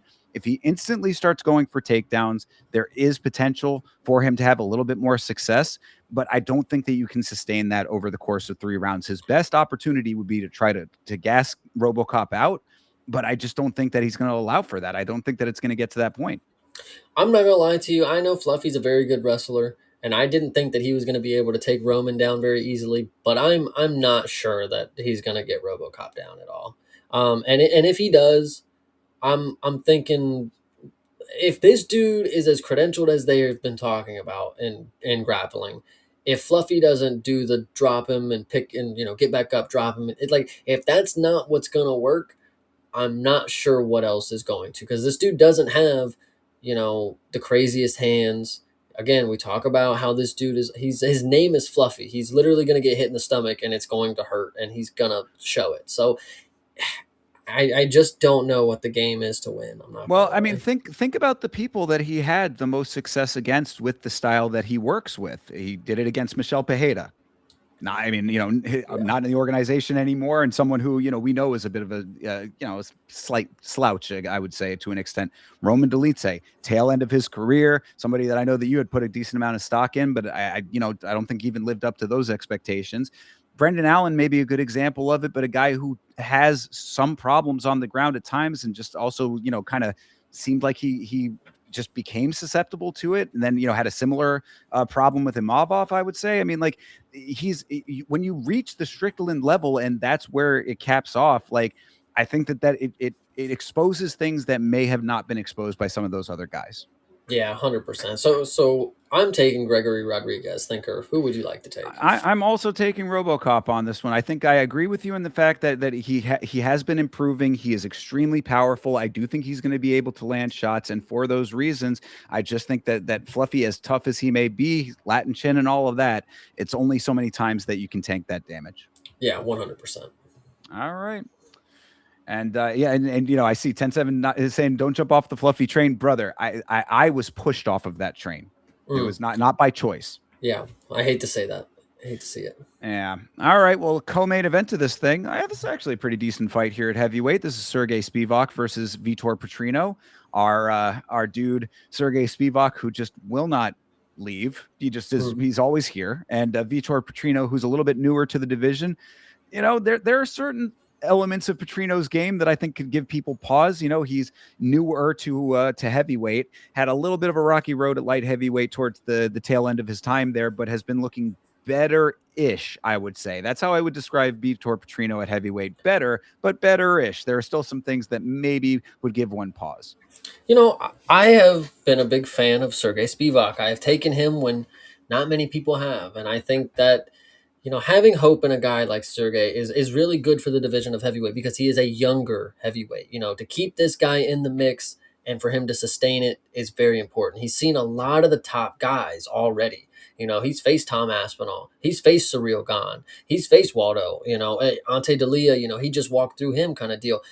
I think Spivak is coming around to a point that he's doing very well for himself when it comes to the fight game. Like he navigates it very well. I think he always has a game plan that works for him. Even with the Waldo, like, I don't even think that it was that bad. Jailton Almeida getting TKO was crazy, but he was still on the feet. Like I've never seen Spivak just get flatlined. Like he always has to have the ref step in because we talked about earlier on his career. He gives this impression of somebody who doesn't like to get hit. Like if he starts getting rained on, he starts covering up, cowering, running away. Like it's not a good look, and the ref normally steps in. I think we're beyond that point. I again, the last person to knock him out was Brazilian. I'm a big fan of Brazilians now coming anywhere and everywhere to just do their bidding to whoever's across from him. But Sergey Spivak, in his newest form, he looks very confident in his striking. When he gets hit, aside from the Jailton, when he gets hit, he's ready to take the shots, and he gives some back. The Dalia fight was after Dalia came in with decent momentum. Like we thought that it was going to be a rough night for Spivak if Dalia got going early. And Spivak just actually tanked those shots and navigated the fight on the feet the entire time. Vitor Petrino does not have the volume and or that blitz ability that Dalia had. And Dalia was still able to hang kind of around that fight. He was just getting pieced up by Spivak. I think Spivak will come in here with a level of confidence in the striking that Vitor maybe is not expecting because I have plenty of tape on him. I've seen what he's done, but you're not taking into account the recent evolution for somebody who's again 31 years old. This is where he's going to make his stand if he's going to continue and ever get to that top level. It's right here, and he's going to go through Petrino. And I think Petrino really hasn't shown us much at heavyweight, and I don't think he's really ever going to, is what I would say. I think a lot of this comes from the fact that you are a low-key sneak hater of Steven Asplund. I think that that's what this is about. Now, obviously, I'm kidding about that, but I do think that you're not putting a lot of stock in Petrino's performance against Asplund. What we've seen from Petrino is a knockout of Thomas Peterson. Which I think that's a fight you could put stock into as well. He wasn't doing shit until randomly Thomas Peterson decided to contort his own back in a knockout. That one was by far, he was probably going to lose that fight, So I continue on though. Well, I mean, fair if you think that that is the case, but we saw that he has at least the power to do that. He caught Thomas Peterson, and he went to a unanimous decision win pretty dominantly over Steven Asplund, who is a volume striker. So, I mean, that's I think the issue here is I don't know if Sergey Spivak has heavyweight power. Is what I really think is what this coming down to, sadly, because I mean, Sergey Spivak not necessarily like a crazy knockout artist at heavyweight. He's just a really tough, durable heavyweight that'll stay in there with you. If it's going to be that type of fight that's going to go long distance, I think Petrino has a shot here. I think Petrino may have a shot if it stays standing and he's able to just stand there and get his one shot off. And if Spivak makes that small mistake of just keeping his chin out, not bringing his hand up, I think the grappling is where this fight should get interesting because that's the one thing that, Spivak has to his advantage at heavyweight is he can grapple. The last grappler that he faced, first off, he submitted Tybura, which is not necessarily a grappler, but Jailton Almeida decided to stand and strike with him. And Jailton Almeida only lays and cuddles with everybody. So that should lead you to believe that Spivak has something better than any other guy in the division because Jailton did not want to fuck around with it. Petrino also has good grappling though. But I think if I were to make a guess, I think Spivak is going to get real fat. I think he's going to get fat for this one, and he's going to lay on top of Petrino because again, Petrino may be filled out enough that he makes it look right, but we know that he's not a true heavyweight. Spivak has been around long enough. He ain't dropping a 205. Let's start getting more. We know we're going against a small body here. Let's get him down and let's lay on top of him and TKO him. And I think that's my lock here is Spivak by ground and pound. All right. I mean, look, I think that when Petrino and I'll tell you when I first knew who Vitor Petrino was because of a performance where he was grappling primarily. I mean, or at least wrestling. I mean, at least it was getting into grappling sequences, but starting off with some pretty solid wrestling for a light heavyweight at the time. So, I mean, the base is definitely there for that. I think that he's going to be able to hold his own with Sergey Spivak, man. I think that Sergey Spivak is going to maybe potentially try some of those things that he was able to get off on Marcin Tybura, but I don't think that he's going to be able to do those against the younger, more skilled wrestler grappler in Petrino. And then if it does end up being negated and it has to go to the hands, I think that Petrino, even if it has to be volume striking, even if it ends up being like the Asplin fight, Petrino might not be a true heavyweight with true heavyweight power either. But like I said, Sergey Spivak, also not that to me. I mean, you know what I mean? It's somebody we have not consistently seen that ability from. So, I mean, Petrino, I think that the skill set is there to be able to win this fight. So for that reason, I am going to be opposed to this. I'm going to be taking Vitor Petrino by decision. All right, I will. I'm ready to see this one. I'm excited. This is a pretty good co-main event for what I would say here. I like this Spivak here for sure. And also, I think that the last note I'll have about Spivak is he has been. I said he's a guy that just never leaves. Right? There is a reason that he has been around for as long as he has been. I mean, even for a dude who's got 18 wins and the 6 losses, maybe not the greatest, but he does win. He is he's a winning record, and he's a perennial figure of heavyweight for a reason. So. I like him. I don't dislike Sergey Spivak. If he wins this fight, I will not be mad about it. Absolutely. Yeah, I think it's also key to note that most of his losses in his career are in the UFC. I mean, all of them is what it looks like, actually. Yeah. So he is somebody who loses to, guys like Walt Harris. He lost to Tybura the first time, like there's people that he will lose to. There's a certain level. Obviously, when you get later into his career, people like Waldo, Almeida, Cirogan, Tom Aspinall, like these guys are who he should be losing to as a middle of the road kind of guy. This is the same thing with Brahimaj. I think there's a certain level that get past certain guys, and I don't know if I think Petrino is that level. And I agree with the thought process. This is going to be a big test for him in that regard. Yeah. I say. So, yeah. Yep, absolutely. But actually, with that, this is the true heavyweight test, though, for him. Like we will know. Like obviously, beating Asplin is one thing, but he's still new to the division, new to the organization. Doesn't have the experience to and the skill set to really change it up. I think beating Spivak in whatever way the fight goes, I think is a big indication of what he's going to do at heavyweight going forward. For sure. This is his Marcin Tybura versus Jonathan Janice right here. Yes. I mean, very, very much. I mean, because think about the jump from Thomas Peterson to this. I mean, that's a massive jump. And Spivak, a guy who's been around the block. So yeah, I definitely think this is a very big test for him. If he passes, he becomes an actual heavyweight, and then all the game changes for him. Absolutely. And just to correct you, just because I think it is key to note, he went from Thomas Peterson to Stephen Asplin. So isn't that kind of a weird little downgrade? It's like, oh, Thomas Peterson, who's somebody who's been in the organization for a little bit, I just knocked him out. No, because give me a guy on his second fucking fight. Because Stephen Asplin is the man. Concrete is the fucking dude. You have to acknowledge this, Chase. I'm not going to be sitting here and listening to this low-key Asplin slander from you. I will accept that may be what it appears like, but Vitor Petrino is going to lose to Sergey Spivak this Saturday is what I will agree with. Okay, all right. Well, we'll see it.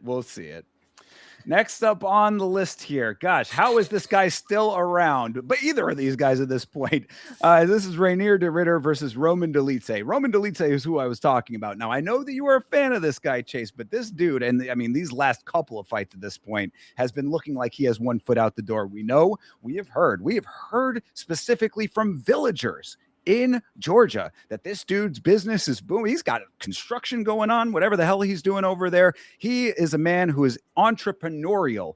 Does that translate to a win in the cage against a Rainier de Ritter? I think it is interesting because I do agree with you that Roman Dolidze is clocked out. I mean, he's here for the check and he's okay with half, is what I would say. Right. De Ritter is back at light heavyweight, of course. He did not look great in his debut. Ended up losing. What was it? It was Robert Whitaker? No. With the last. Yes, his debut at light heavyweight. His debut at light heavyweight. Yeah. No, the debut was GM3. No. Wasn't it? Fucking Kaio? No, that did he? It was Wait, is this his debut? Is it not? No. Brendan Allen? No, that's still middleweight. But Kaio would have been middleweight. So has he not debuted at light heavyweight? I swore he did already. Oh, at light heavyweight. I'm sorry. Yeah. No, this might be his debut at light heavyweight. I think he did. No, wait. He had one fight. Did he not have one fight before? I could have swore he did, but I just checked and it does not appear unless Kaio randomly went up to light heavyweight, which I don't believe is the case. Yeah. I think that this his comeback fight from that was the fight that he quit on the stool. No. The Brendan Allen one was. Oh, so then he did fight. He fought Kaio after that. That is what ESPN is saying, but I feel like that's not correct. But anyway, gotta be right. So I don't know. Maybe either way. Yeah, either way. I mean, look, if this is him going up, he's finally made the decision to not cut the weight so much anymore. Then I mean, this could be a whole new world for him. Yeah, this one is definitely going to be interesting. I mean, we know that he's got baby lungs. The scientists have told him he does not have the lungs capable to compete at the highest level of martial arts. That's what he fucking said. I don't fucking know how they did that, but he is not confident that his cardio levels are ever going to be top notch. Roman Dolidze may throw it in, but if he doesn't, I mean, he's probably not going to get beat up too much. I mean, Rainier de Ritter, I mean, he's cool, but it's back to those things where people are like, oh, but he's just gonna smash him with knees. They see somebody do something one time and they just ride on that forever. They're like, oh my God, he's just gonna knee him to death. And it's like Roman Dolidze probably is just gonna take him down if he tries to knee him in the stomach. I don't necessarily see it going as easy for de Ritter as maybe people would think, but I still think he'll get this one done. I even think because Roman Dolidze throws in this fucking towel at this point, I think de Ritter gets a submission at light heavyweight. I think that's what we're going to go with. I think the fight gets to the ground, and we've heard about this grappling skill set that he has. He beat one of the Rotulos and won. Big deal. He had 2 weight classes on him. But I think if anything's possible, I don't think he's the TKO kind of guy. Like when it comes to ground and pound, this is definitely going to go to the ground. I would maybe hope that Rainier de Ritter is able to, because if you remember the Brendan Allen fight in the first round, he was in full mount, just kind of like waiting for an arm triangle, doing nothing. Hopefully he learned from that experience. Like, oh, maybe if I actually fucking try to do something in the first round, I won't have to be in the 4th round quitting on the stool. So I think de Ritter gets this one done, but it's only because Dolidze has shown me that I cannot willingly say that he's the guy that I thought he was at one point, Yeah, definitely. And I mean, I think that there is something to be said for him moving up and not having to cut the weight, which probably had some impact. I mean, we know, it's probably lung capacity is like the main deal, but physiologically, I'm sure all of that plays a factor in some capacity as to how you approach a fight and what you're able to accomplish. So if he's feeling a little bit more healthy at a more natural weight, then I mean, just purely off of hunger level and that, I would say would be enough to sell me on him winning this fight. And Roman Dolidze is a person who I've really not been very high on for quite some time at this point. I feel like I feel like there were times where he really was bringing a lot to fights, and that time has passed. You know what I mean? Yeah. Like I feel like we're on the other side of his efficacy, so to speak, in this sport. I don't think that he is efficient. I don't think that he is a person who is able to actually enact game plans that are effective. And for those reasons, I think Rainier de Ritter is probably not going to have too big of a problem with this fight. I would say I think that the only chance that Roman has is maybe catching him early in a striking exchange. If Rainier de Ritter is defensively sound, this gets to the ground, goes later. Yeah, I think Rainier's got this. Roman is just too slow on the feet. He in power may be there, but he fights like he's underwater. I'm not going to be able to say that he's going to chin anybody. Yeah, yeah, exactly. He's gonna have to catch him if he's gonna get it, off angle or something like that. But I don't foresee that necessarily. Could happen, but it's not what my brain is telling me. So yeah, RDR, I believe, for the win. Absolutely. All right, next up. Oh gosh, do I love this fight? Markel Medeiros versus Mason Jones. Let me tell you something here, Chase. Markel Medeiros is a guy who is another one. Not the skill sets are completely different, but much like Kue Fernandez, a dude who has tricked everybody into thinking that he is on the level. You know what Mason Jones has done? Showed us that he is on the level. Now I know what you're gonna say. Mason Jones gets touched. He does. You are correct about that. But I don't think that Mikel Medeiros has what it takes to actually affect him the same way that a Blagioki does. No, I think you are absolutely correct. I mean, when you said you love this fight, my thought process was is because you love to see Mason Jones whoop up on people. I Yeah, mean, goddamn right I do. and that's exactly what I think this one's going to be. Marcelo Medeiros, if you don't remember, his last performance was a draw to Chris Padilla, which was on the night called as a win for Chris Padilla, and then later overturned for a draw. Weird. But Mason Jones, he don't fuck around with that shit, brother. He's gonna come in here and annihilate. I mean, I was almost upset when I saw him on this card. I was like, damn, they got him in the Apex, but this is in California. So it is fair enough that they shipped him across the planet and they said, Mason Jones, you're gonna get a big win against this guy who's a Las prospect Vegas, here. but yeah, Las No, Vegas, but this is oh no, no, this you're is right. It's California. Sacramento. My bad. Yeah, Yes, yeah, come yeah. Okay, on now. But right. yeah, Not so not the Apex. not the Apex. No, Mason Jones not at the Apex. He's in Sacramento. I believe this might be the Clippers arena again. If I'm not mistaken, I could be wrong. The Golden State Warriors arena. The golden one. Oh, okay, gotcha. But either way, it should be a fun time, and I think Mason Jones, of course, is going to get a fucking W. I think Mason Jones about to catch himself a nice highlight here. This would be my aura buy for this week. If Mason Jones loses to Markel Medeiros, I mean that's going to Yeah, have me in a bad spot. I say that would be, and I mean, like I like Orlabai. I don't have a framed picture of him, but I feel like maybe Mason Jones is more like the person that I do feel that way about, especially for the fact that he's been on such a tear coming back into the organization. Yeah, the Sacramento Kings. Okay, there you go. This fight here it would definitely be kind of devastating. Now, look, it's not Markel Medeiros' fault that what happened in the last fight went down the way that it did, right? I mean, this is, he fought his fight. That is going to be what it's going to be. This right here, as far as how this should go versus how it might go, would be devastating based on what we have seen out of each fighter in those fights. Markel Medeiros in that fight, I thought that he was down. I thought that Chris Padilla winning was the correct call. Fight before that, Austin Hubbard, I believe. I thought that he was doing a lot of running against a much older guy who was ended up being cut shortly thereafter. Mason Jones has been doing tremendous work. The only thing that I worry about with Mason Jones every time is, as I said, he is touchable. He is a person who has to get knocked down a couple of times before he really starts turning up. It feels like. I hope that he doesn't get caught slipping, is all I say. No, he's got this one. This one's in the bag for sure. Has to be. I hope so. It really would be like the Orlabai of this card for sure. That was a very good analogy. So Mason Jones for the win. Yeah, both taking Mason Jones. All right. Yes, indeed we are. Oh, your girl is back. Both of your girls are back. Holy moly. All right. We got Carly Judice fighting Jalisa Chavez. Oh my goodness. This is a Chase Parton dream fight right here. Well, and I just wanted to make the point is, I remember we talked about Miss Chaves and her last fight, and you didn't love it. You didn't see, but listen, look who they put her up against. I know Eunice Dubin also went up against Carly Judice, but there was high hopes for her at the time. I think Miss Chaves here, I think they know that she potentially has a skill set that could look impressive, look worthy. I mean, we're at Carly Judice's point where if you look at her record, I mean, she's 6-2. She has lost to people who are not necessarily the greatest, and they realize we need to just get her experience and just keep her in the mix, give her people that are beatable, but she's still got to prove to us that she's going to keep beating these people. I think Miss Chaves, I think she is one in over her head by taking this fight, unfortunately. Second, I will say I don't think she's going to look as bad as a lot of people will think. She is very technical. She's very flat-footed. Unfortunately, she doesn't move around a lot, but she looks very defensively sound. She looks very technical. Muay Thai stuff going on, knees, elbows, great.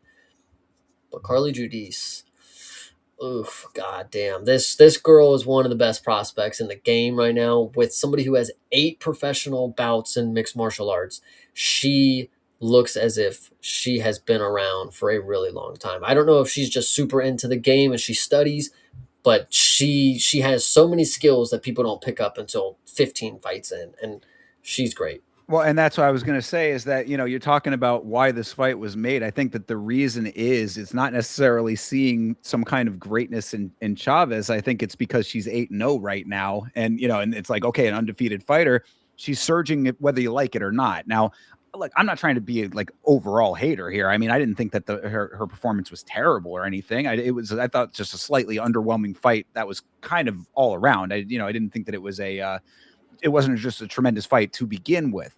But that being said, we've seen tremendous fights out of Carly Judice. We've seen tremendous performances out of Carly Judice. I think she brings a level to this fight that Chavez has not ever faced before. Yeah, this is an interesting one. I think it is going to be a banger, of course. I don't think Miss Chobbs is going to go out as easy as possible, or as easy as people may think, due to what we've seen from Carly Judice. She may be a lot tougher than what we are expecting, and I think this will be a really good fight. Do you think that we're ever going to get to the point where we can have Jaleesa Chavez on like a pre-fight press conference so that some other girl can say, I'm going to turn you back into a ring girl?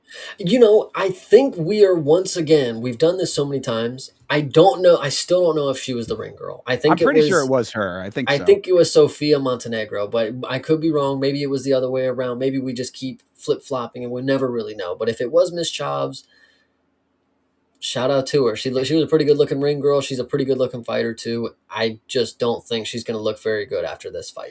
I agree. Yeah, I think Carly Judice, yeah, she's just shown too much, man. She's shown us too much to be betting against her right now, almost against anybody that is unranked. I would say. I mean, maybe once she gets into the rankings, we have a different conversation. But until it's that point, like, you got to go with her. I would say.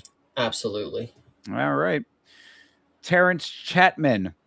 He's fighting our dude, Anthony Wint. We just talked about Anthony Wint. He got himself a controversial win on the Contender Series. He's fighting Terrence Chapman, 5-1 versus 7-0 between the two of them. What do we know about Terrence Chapman to the point of him being on this card at short notice, multiple days only away from Wint's last performance? Well, okay. Here is something interesting, and not that it matters too much.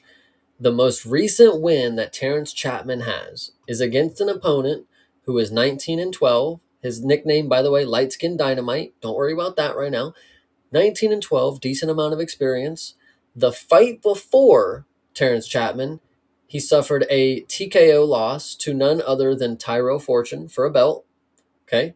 The fight before that, he has a TKO loss to none other than Julius Walker, the Juice Box.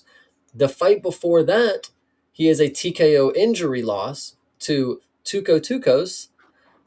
And a couple years prior to that, he has a KO loss to Ryan Spann. So, whatever you would like to say, this person at least has been in the mix with some of the high level guys that get to the UFC, Yeah, and lost all of them.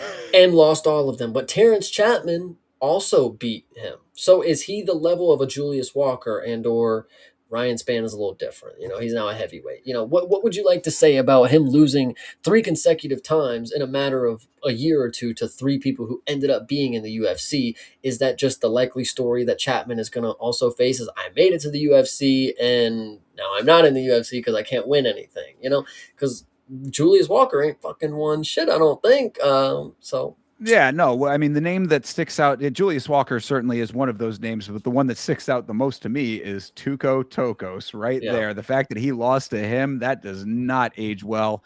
it's a No, I first mean, round injury, dude. So, okay, yeah, injury, yeah, but that fair was, enough. but that That's was it. that's not Terrence here. That's his opponent that he beat. His last opponent that he beat. That was who he fought. So Terrence Chapman is just a guy in the mix of somebody who was in the mix. That's just the only thing I wanted to point out here. I So think maybe I got a little bit confused then as to yeah, who we sorry. were Yes, talking no, about here. no. Okay, so Mr. Chapman has only 6 pro bouts against nobody that you've ever heard of in Fury Fighting Championship. So it's not necessarily the craziest get up for a 29-year-old at heavyweight, but he had beat somebody with a decent amount of experience, is the only point that I would like to make there. okay, I understand now. All right, gotcha. Well, I mean, that being said, it does feel like that.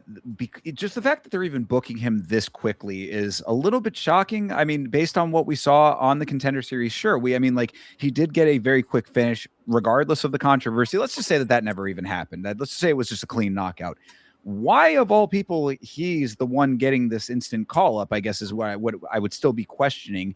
Is Terrence Chapman, even with all of those wins in sequence for Chapman? No, he just lost the one before this. So I mean, like this, I think that they really just needed to fill a slot on this card, is what it feels like to me. So if that's the case, then I mean, I gotta go with Wint. I just saw him knock somebody out. I mean, a dude coming in out of Fury. I'm not trying to dog Fury. Fury, I'm sure, is a fine promotion, even if they do charge for their prelims, which bothers me. But either way, I mean, like it's a feeder organization like any other one. I don't think that there's anything wrong with getting your wins there. But I mean, I got to go off of a dude that I just saw finish a fight. I guess. I mean, like even like you said, strength of competition maybe there that he's already faced higher level competition, higher level opponents that are going to give him bigger problems. That's the only thought I got on this. Yeah, I think my thing is how performative is Anthony Wint going to be in this one? In front of a crowd, he's going to get to do his whole preacher stuff. How's that going to go for him? But the last thing that I'll note is that he looked very small at heavyweight in his Contender Series matchup. He's going against a 6'2" dude who's got at least 30 pounds on him for the last recorded weight. So he might look really small and he might not chin this dude. I don't know. So, Yeah, last opponent was bigger too. He is but he was a smaller. slob.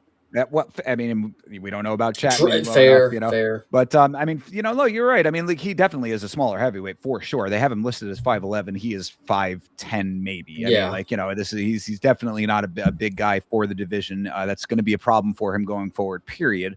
But in this fight, short notice put together, kind of slapped together for this card for whatever the reasoning is, which I really am not. I'm kind of trying to struggle to figure out exactly why this is even happening. I think that they're trying to show off their shiny new toy is basically what it seems like to me. So set him up with somebody who they think that they can beat, and we see if he actually gets the job done. But I will take him. So like I said, I got to go off of at least what I have seen from him, which was fine. All right, fine. I'll make it interesting. I'm taking Chapman. Oh my goodness! All right, I mean, only go with it if you say it with the chest kind of thing, We're taking Chapman. I got All this. right. His last opponent was experienced, and he knocked him out.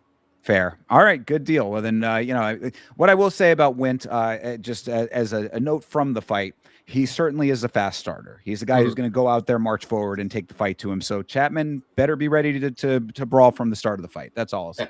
Absolutely. He's just coming off a first round knockout, so he might be ready for it. Didn't take a scratch. No. Hey. All right. Next up on the prelims here, Jamal Emmers is fighting Le'Heon Douglas. Wow, they are really setting up Jamal Emmers for a big old fall, huh? Yeah, this one I have a really big issue with, and I've only seen it really called out one time. So there was a tweet going around, and there was a video pack. It was like a highlight reel of Francis Ngannou, and the caption was how people are talking about Larry and Douglas after knocking out literally Julian Erosa. Like, I agree that this guy, they're talking about him as like one of they talk about him like he's fucking Ilya right now. Like he's one of the hardest punchers in there. His jab is so it's like, guys, he has 5 fucking losses already. He has Fair. not been able to do this to plenty of people. I want to say that I think that this is a very fair point that is being made right now. Yeah, thank you. Like I don't understand where the hype is coming from. Like, okay, cool, he did the cowboy hat, he did the little gun thing, cool. But he's not necessarily showing you much. I mean, he can jab, and he can jab, and it looks good. But that jab didn't work for Asmat Mirzakhanov. So after Rakic ate it, nobody else did, and Paulo Costa kicked his fucking head off. I'm not gonna say Jamal Emmers is gonna be the guy to pull off a performance like this, but I'm gonna be the first one to say it right now. that Larry and Douglas, you're getting faded by the fans because the fans are building you up as if you are the greatest person ever after literally one fucking fight. I'm here to just be a non-believer, and hopefully that helps you in the long run when people like me are being real to you and they're not just building you up like you're just some conqueror. Like you're genuinely not, bro. You have 5 losses. I know it happens, it's part of the game, but I can't have people thinking that you're God's gift to green earth when in featherweight, bro, I've seen some crazy shit go down, and it is not beating up Julian Erosa. So that's what I would say. Yeah, and also, I mean, really, I think that the bigger point here is that Jamal Emmers is no slouch. I mean, I know, you see the 8 losses there, and you think, oh man, this guy, maybe not as much of a killer. He has taken some losses, but this is a striker too. I mean, this is a guy who he's a good mover, he's a good striker, he's a dude who can bring a fight to you. I don't think that this is necessarily a walk in the park fight for Leon Douglas in the slightest. This is a big. I would say that even if it doesn't feel this way to a lot of people, because Jamal Emmers is not a dude who's been consistently a great of the sport. That this is not a big jump up. I think it is a big jump up. I think it's a very large leap for Leon Douglas, probably because of that hype he has been getting. That being said, I mean, in with the new, out with the old when it comes to a 37-year-old guy versus this, younger dude who's on the come up. Go with what you know until you don't know it no more, until it's not working. Go with what's working is my motto most of the time. I've seen good things out of Leon Douglas. Emmers being a little bit more spotty. I'm going to risk it for the biscuit with Leon Douglas in this one. I'm gonna just talk strict MMA math right now because Which we listen, know is infallible.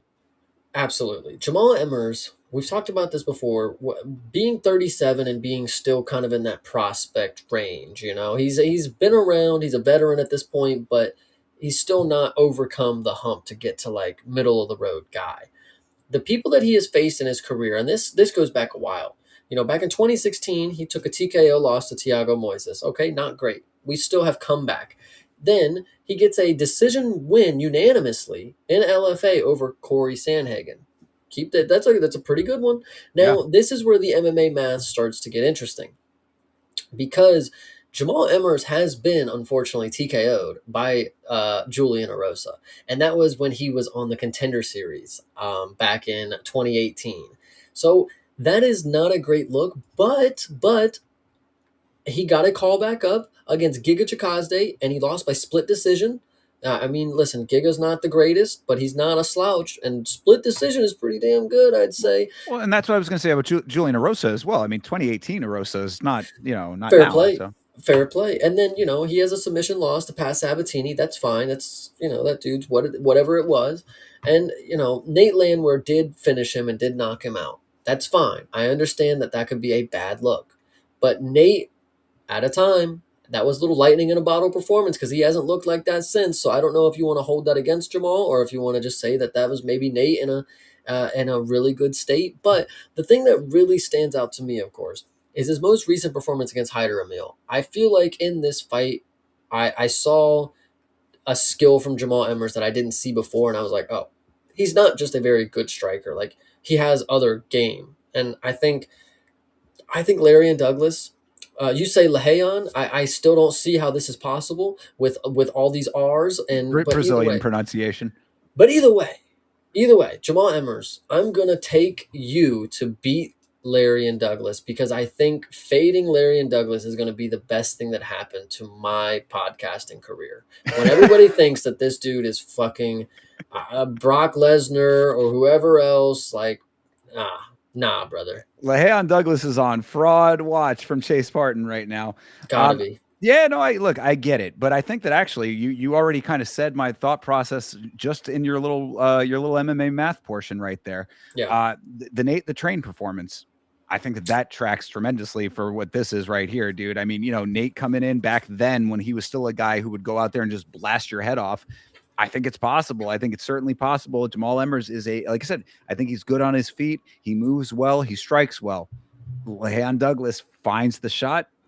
That's about it. I think that he ends up getting this done. And again, I will certainly adjust the thought process once this changes, but I have to see the change first. I think I've talked about this a couple weeks now where I find it hard to pick the fighter that has to have the clean 3 rounds. Like there's the dude who knocks out, and then there's guys who's got the volume.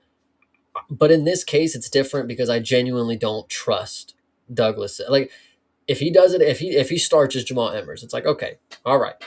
This a couple times now. Maybe he does have some power that is a little more than the ordinary.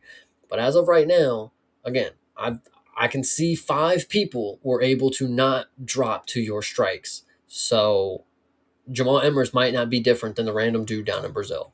So who knows? Yeah, most definitely. We'll find out after this fight. All will be revealed, but you're sticking with your choice here. Jamal Emmers for the win.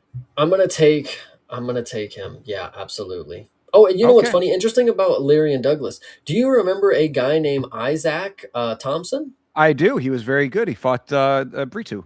Larry and Douglas TKO'd him in 2023. Or I'm sorry, he TKO'd Larry and Douglas. Excuse me. Sure. Yeah.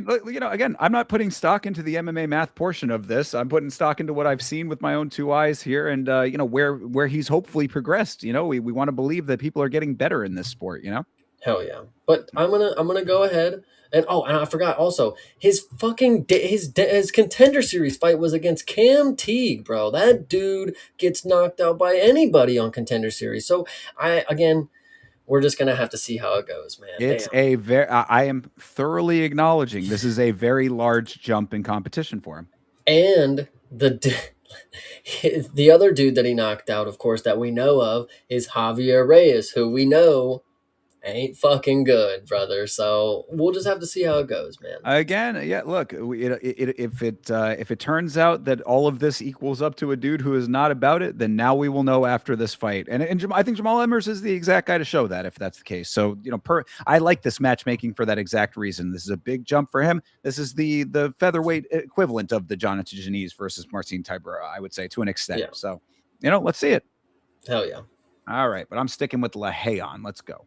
Good deal.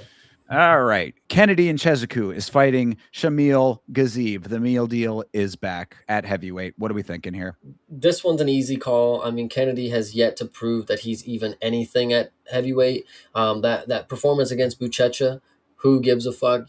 Glad you got a draw. And then before that was the Walter Walker, where he got his ankle taken. So I think Shamil is set in his way at heavyweight. He has a method that works. It didn't the last couple times, but that's not everybody.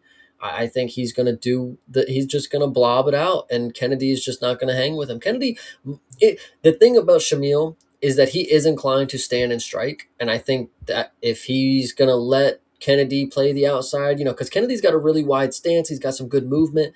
If he lets Kennedy get in his game, it could be dangerous. But I do like the idea of Shamil when he gets into a point where he shouldn't be taking as many strikes, he just grabs a hold of the person and just walks them wherever he wants across the cage. He's just going to do what he wants. And I think Shamil not going to get knocked out in this one. And I think he probably will be on the. No, this will be a decision. Kennedy's not gonna. He's not gonna risk it. He's gonna try to get another decision. Like I gotta skate by, and then it's not gonna fucking work for him. Yeah, I mean, Kennedy and Chezuku was a person who I thought was one of the best opportunities for a light heavyweight to have tremendous success at heavyweight. I thought that this was the body type, this was the physicality, the cardio conditioning was going to be good for him.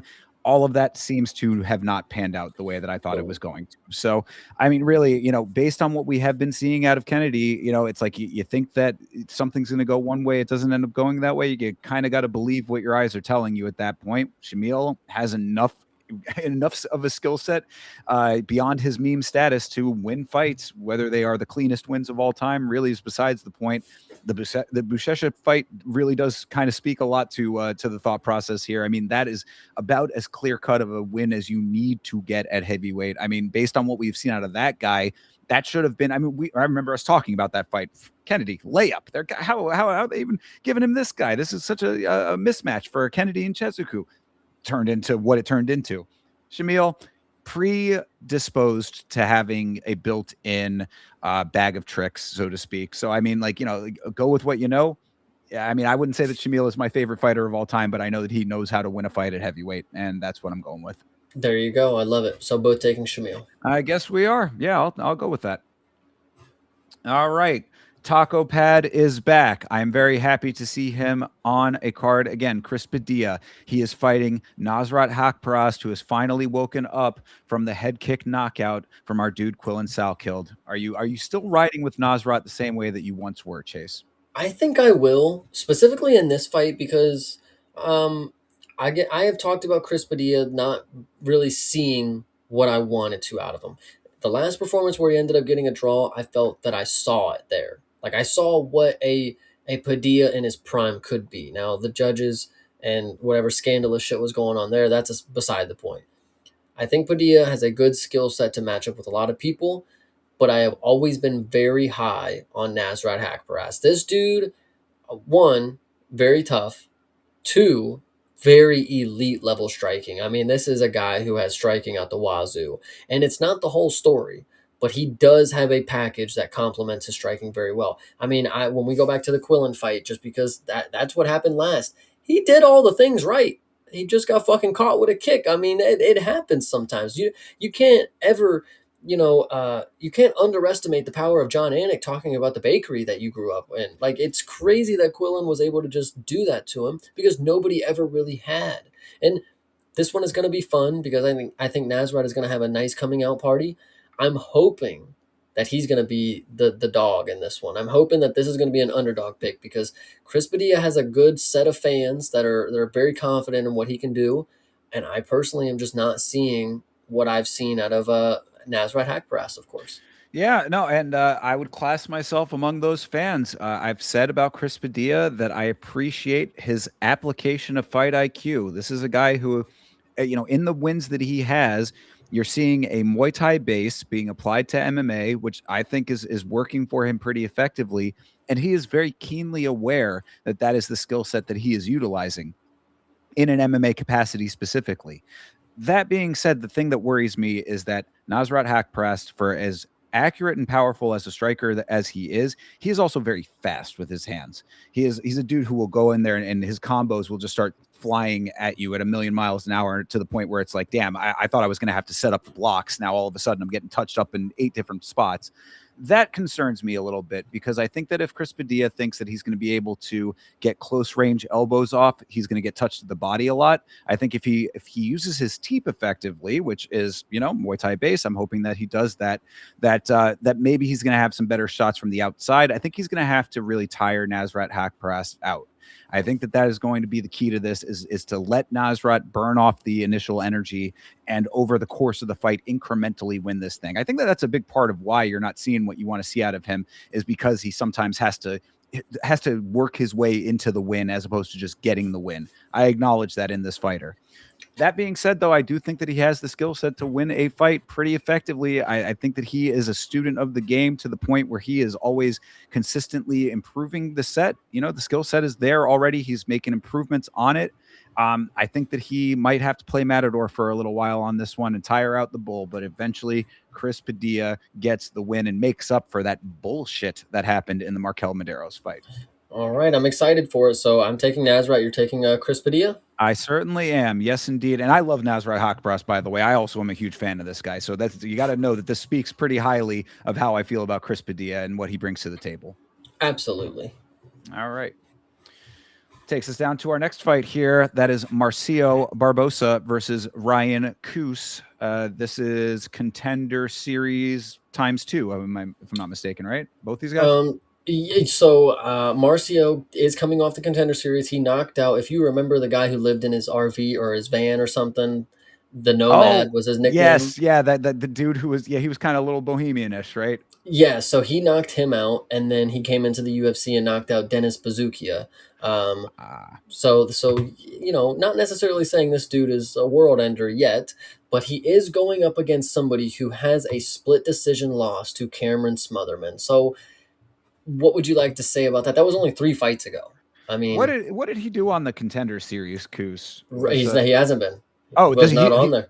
Oh, okay. So he's jumping the line. He's coming from Samurai Fight House. Samurai Fight House and a unanimous decision win in LFA. All right, we're going with Marcio Barbosa. Absolutely. Yeah, he's going to knock him out probably. Yeah, most definitely. I mean, the name sounds familiar. I don't know why. Maybe I might have seen one of his cards that he was on. I might have seen him on LFA perhaps, but it's not sticking out to me off rip why that name sounds so familiar. And if Barbosa's been tearing things up, then I don't know why they're setting him up with a guy from outside the organization if he's fresh in the organization. Matchmaking's been a little strange recently at times, it would feel like. I mean, some of these fights, like, you have the veterans going up against guys who are like one of these guys should be like the dude that is fighting a guy on his retirement potentially anyway. I mean, I don't know. Yeah. It just feels like we're getting weird. Like should if Marcio Barbosa is fresh into the organization, should he not be fighting a more tenured fighter in the organization?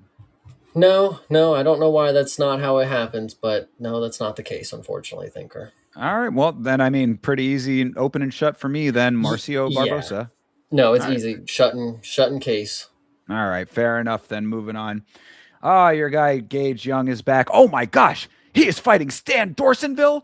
Oh, if I didn't remember where I saw Coos, I certainly remember where I saw Stan Dorsonville. The Drill, I believe, is his nickname, if It I'm not is. mistaken. Wow, Yeah, you know exactly who this dude is. Holy this shit. dude showed the fuck out. I am a Stan Dorsonville fan. He is Haitian. He's a Haitian by descent. He reps for Haiti. I believe he's a Miami. I forgot, what card did I say? Hold on a second. Stan Dorsonville is a Haitian man? Yes, he is. Yeah. That isn't that name doesn't add up at all to me, but I'll take it. Yes, he was. I believe he was on the LFA card. It must have been him. That must have been the LFA card that I was watching him on. And I said, this guy is bound for the Contender Series. They're jumping him right into the organization. Let's fucking go. Riding with my man Stan, the man Dorsonville. Dude, when this before. Now, granted, look, it's LFA. I get it. It's not the UFC. Gage Young, a guy who was I know that you see something in Gage Young that I do not, but I saw in LFA, I saw a really nice performance from Dorsonville here. You can go with the experience on this one. I think that is probably I'm the first person to say you're coming into a guy out of the organization versus someone who's been in it. He's felt that experience. We saw Gage Young pull off some of the most low IQ fighting in his last fight that we have seen in quite some time. I'm rolling the dice on my dude Stan the Drill over here. I'm going to take Gage Young, of course. I've always said that this dude is one of the more well rounded prospects that we have. At 26 years old, he's still making changes. And the weird stuff with the dance moves last fight was not it, but we learn and we move on and fuck y'all bets, is whatever he said. So Fair. I mean, like, he's certainly not a guy who's winning himself fans by the way that he was conducting himself. He did win the fight, so I mean, you give him that for sure. But I think that what I've seen out of Gage Young is that I've not seen him to the point of being like, now I'm a UFC fighter. You know what I'm saying? Like, that's, I guess, the well, thought process. now he's going to continue fighting somebody who's not in the UFC. So That's my point. Is exactly. So it's like, if this is Contender Series Part 3 for him, then Stan the man's got at least as much of a shot as anybody else on the Contender Series, I would say. And these are the times that if I end up getting this one right, then all of these ridiculous amounts of watch-alongs that I do throughout the week, every night that I am on stream, will pay off. So Stan Dorsonville, go and get the job done for Haiti, my dude. absolutely. And shout out Hydra really quick for this point here. I love when the picks differ on these short resume fighters. Well, if you like anybody's picks who are doing a little different things around here, just make sure to like and subscribe to that channel and just keep up the great work and the support that you guys are having. Absolutely appreciate all you guys sticking it out with us as we enter the last couple of fights here. Speaking of which, God, how did they put this fight together? This is a dream fight for Chase Parton, people. They done it twice today. For this card, they got two of my dream fights. They listened to me. This is Wes Schultz versus Jackson McVeigh. It's the battle of the long-haired goats over here. It's two of Chase's most favorited fighters in the modern era. It feels like I think Chase Parton might be the president of the fan club for both of these gentlemen. Chase, how do you pick between these two? This one is a tough one. I'm not going to lie, because once again, Wes Schultz, his game is you beat me up until I submit you. And that works for a lot of people.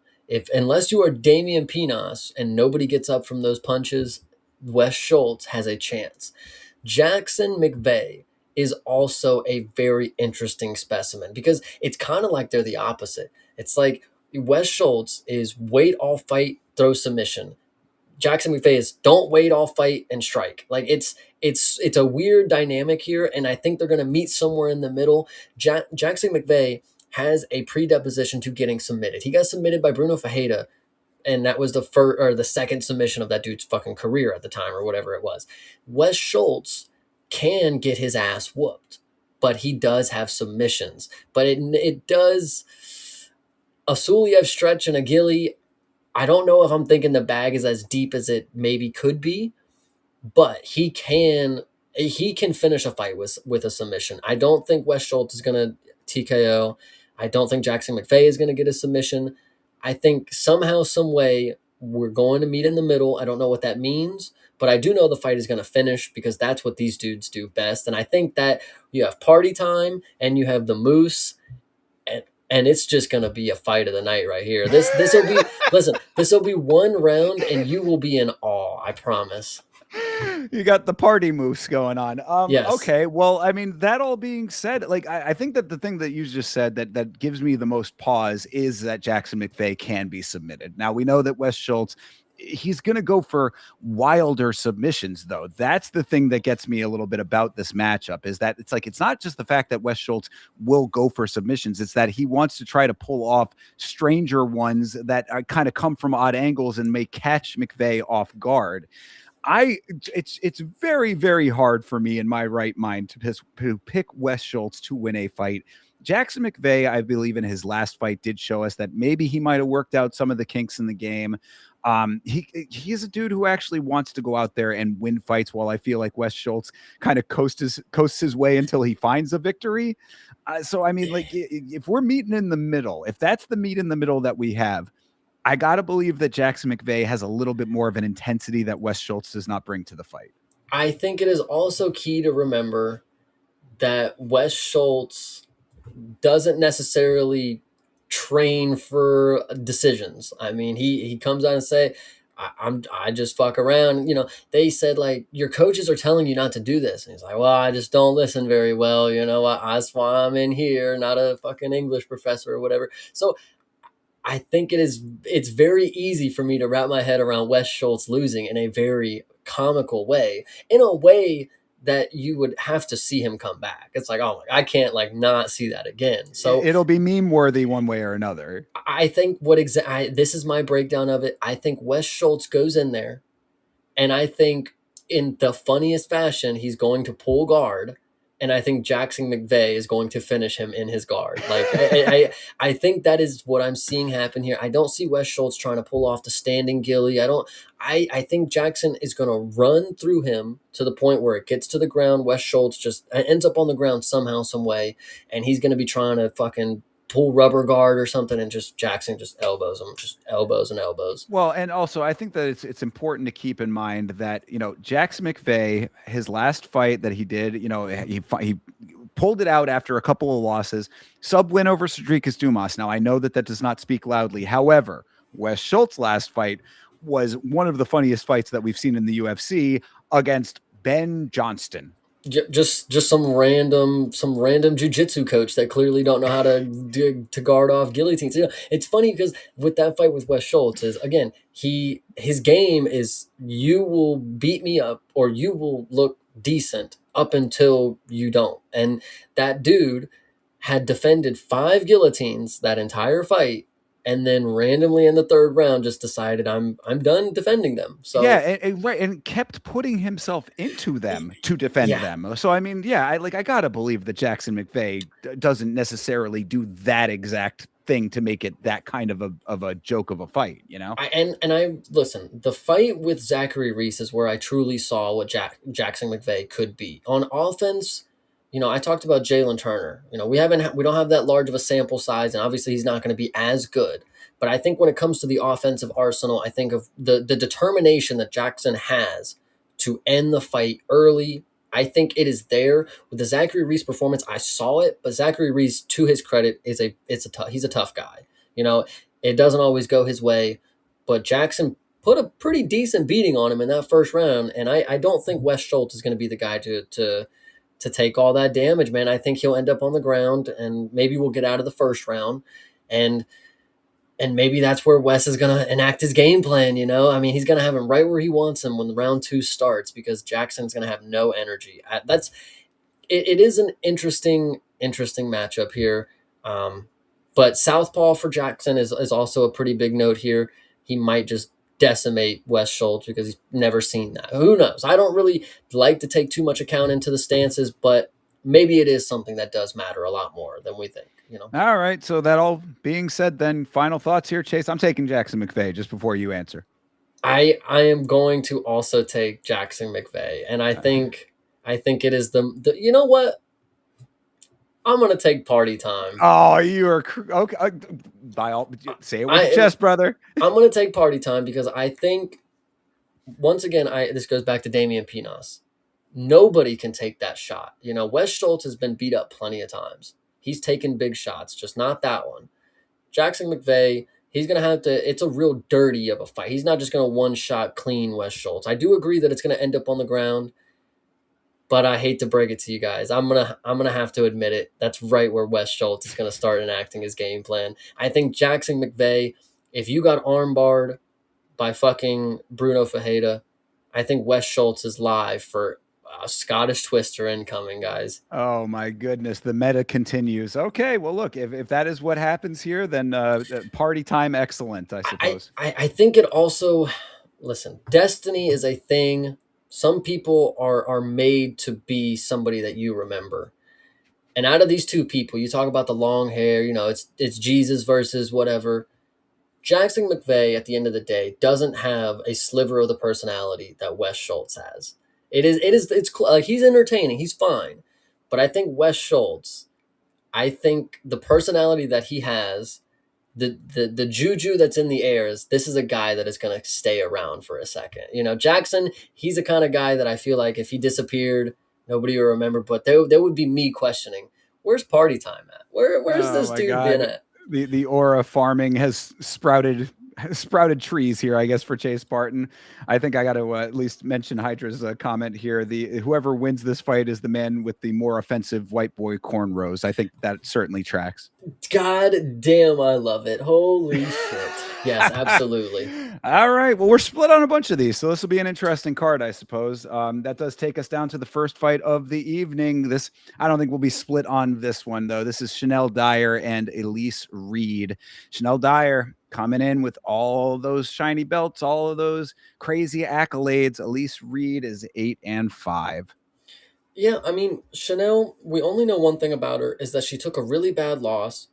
And it wasn't as bad as it could be because she was really tough in this performance. There was nothing. She was really willing to be in that fight with Carol Foro. And we know just how good Foro is. Like, that girl is fucking good. So, She's got the win over Gigi. exactly. And so, Chanel, that being her only loss really isn't that big of a deal because she came back better than ever against fucking Ravena Oliveira. Is that right? Yeah. So, Yeah. Elise Reed is going to look better than that.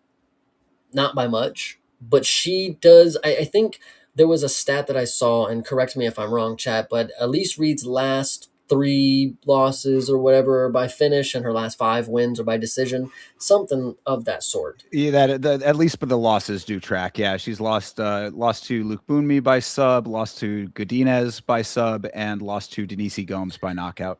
Well, so Denise Gomes, okay, I know, yeah. God damn. I'm looking at these names here. Yeah, Corey McKenna split decision. Sam Hughes knocked her out. Melissa Martinez decision. Yeah, this one. Listen, Chanel. I'm trying to give Elise the benefit of the doubt because she is the veteran here. But new age talent, Chanel Dyer. I think she's going to come out here and look very, very good on the feet. But what I'm hoping, and this is just to solidify that Chanel is more than your average prospect. I'm hoping to see some resistance. I'm hoping to see Elise Reed get a takedown or 2. And I want to see what Chanel has to offer from those positions because the striking looks fine. I mean, it's nothing where I'm like, oh, she needs to fix this or she needs to stop taking, she needs to work on her defense. No, striking's cool.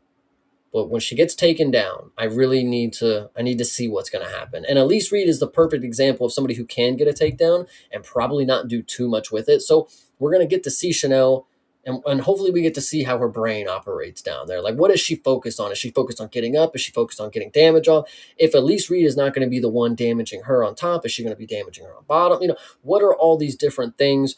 You know, we talk about England and their grappling. Apparently they have it, but we don't have to fucking see it every now and then. You know, listen, Chanel Dyer, submission. Let's see what happens. I'm gonna go ahead and say that we got a wild card on our hands. Well, I mean, she, if I'm not mistaken, all of those accolades were in Muay Thai, right? I mean, that's Yes, that's her base. So, I mean, she's probably going to be resting pretty heavily on that, and I agree with you entirely. I mean, a win over Ravina Oliveira says literally zero to me. I mean, I've been saying this for probably as many fights as Oliveira has been in this organization, that she is not of the caliber of the UFC. So, really, that's a little bit of a wash here.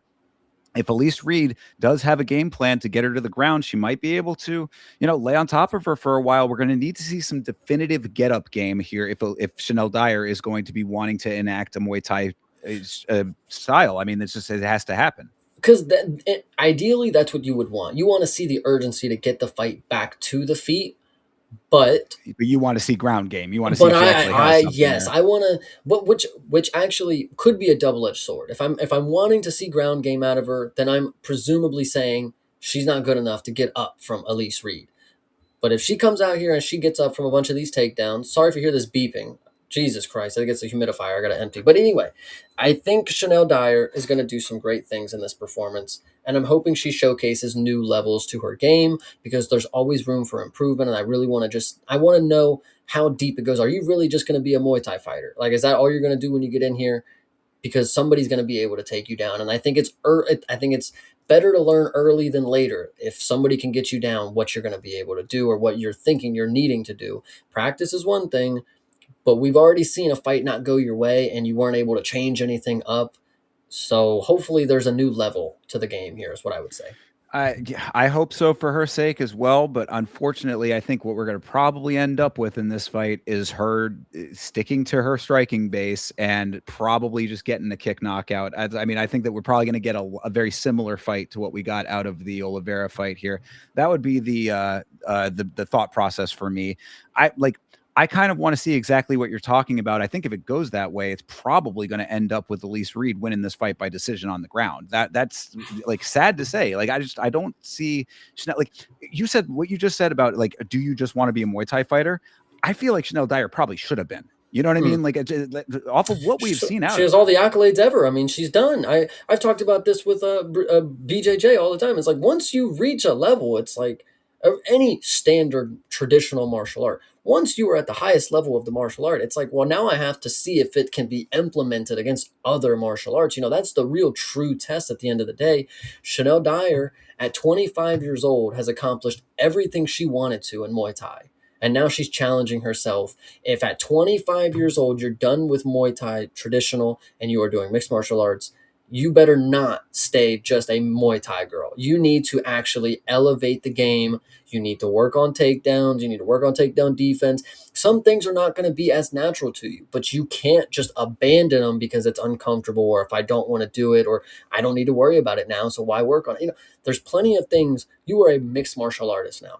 I need to see a full, complete package. I mean, you're saying all the exact right things. I'm just hoping that her coaches are saying this to her. I hope that these things are things that are actually being implemented is the issue here. And I Yeah. don't think that we necessarily have seen enough of that to know. But I do think that they are setting her up for a win one way or another with an Elise Reed. So, every round starts on the feet kind of thing. She gets laid on for round one. She's got round two to come back with the kicks. I guess what I'm trying to say is, like, this does feel like another one of these fights where when Chanel Dyer gets a really nice highlight worthy win, it's got a highlight in her last fight. Now it's starting to be like, oh, damn, Chanel Dyer, she's got all these highlights.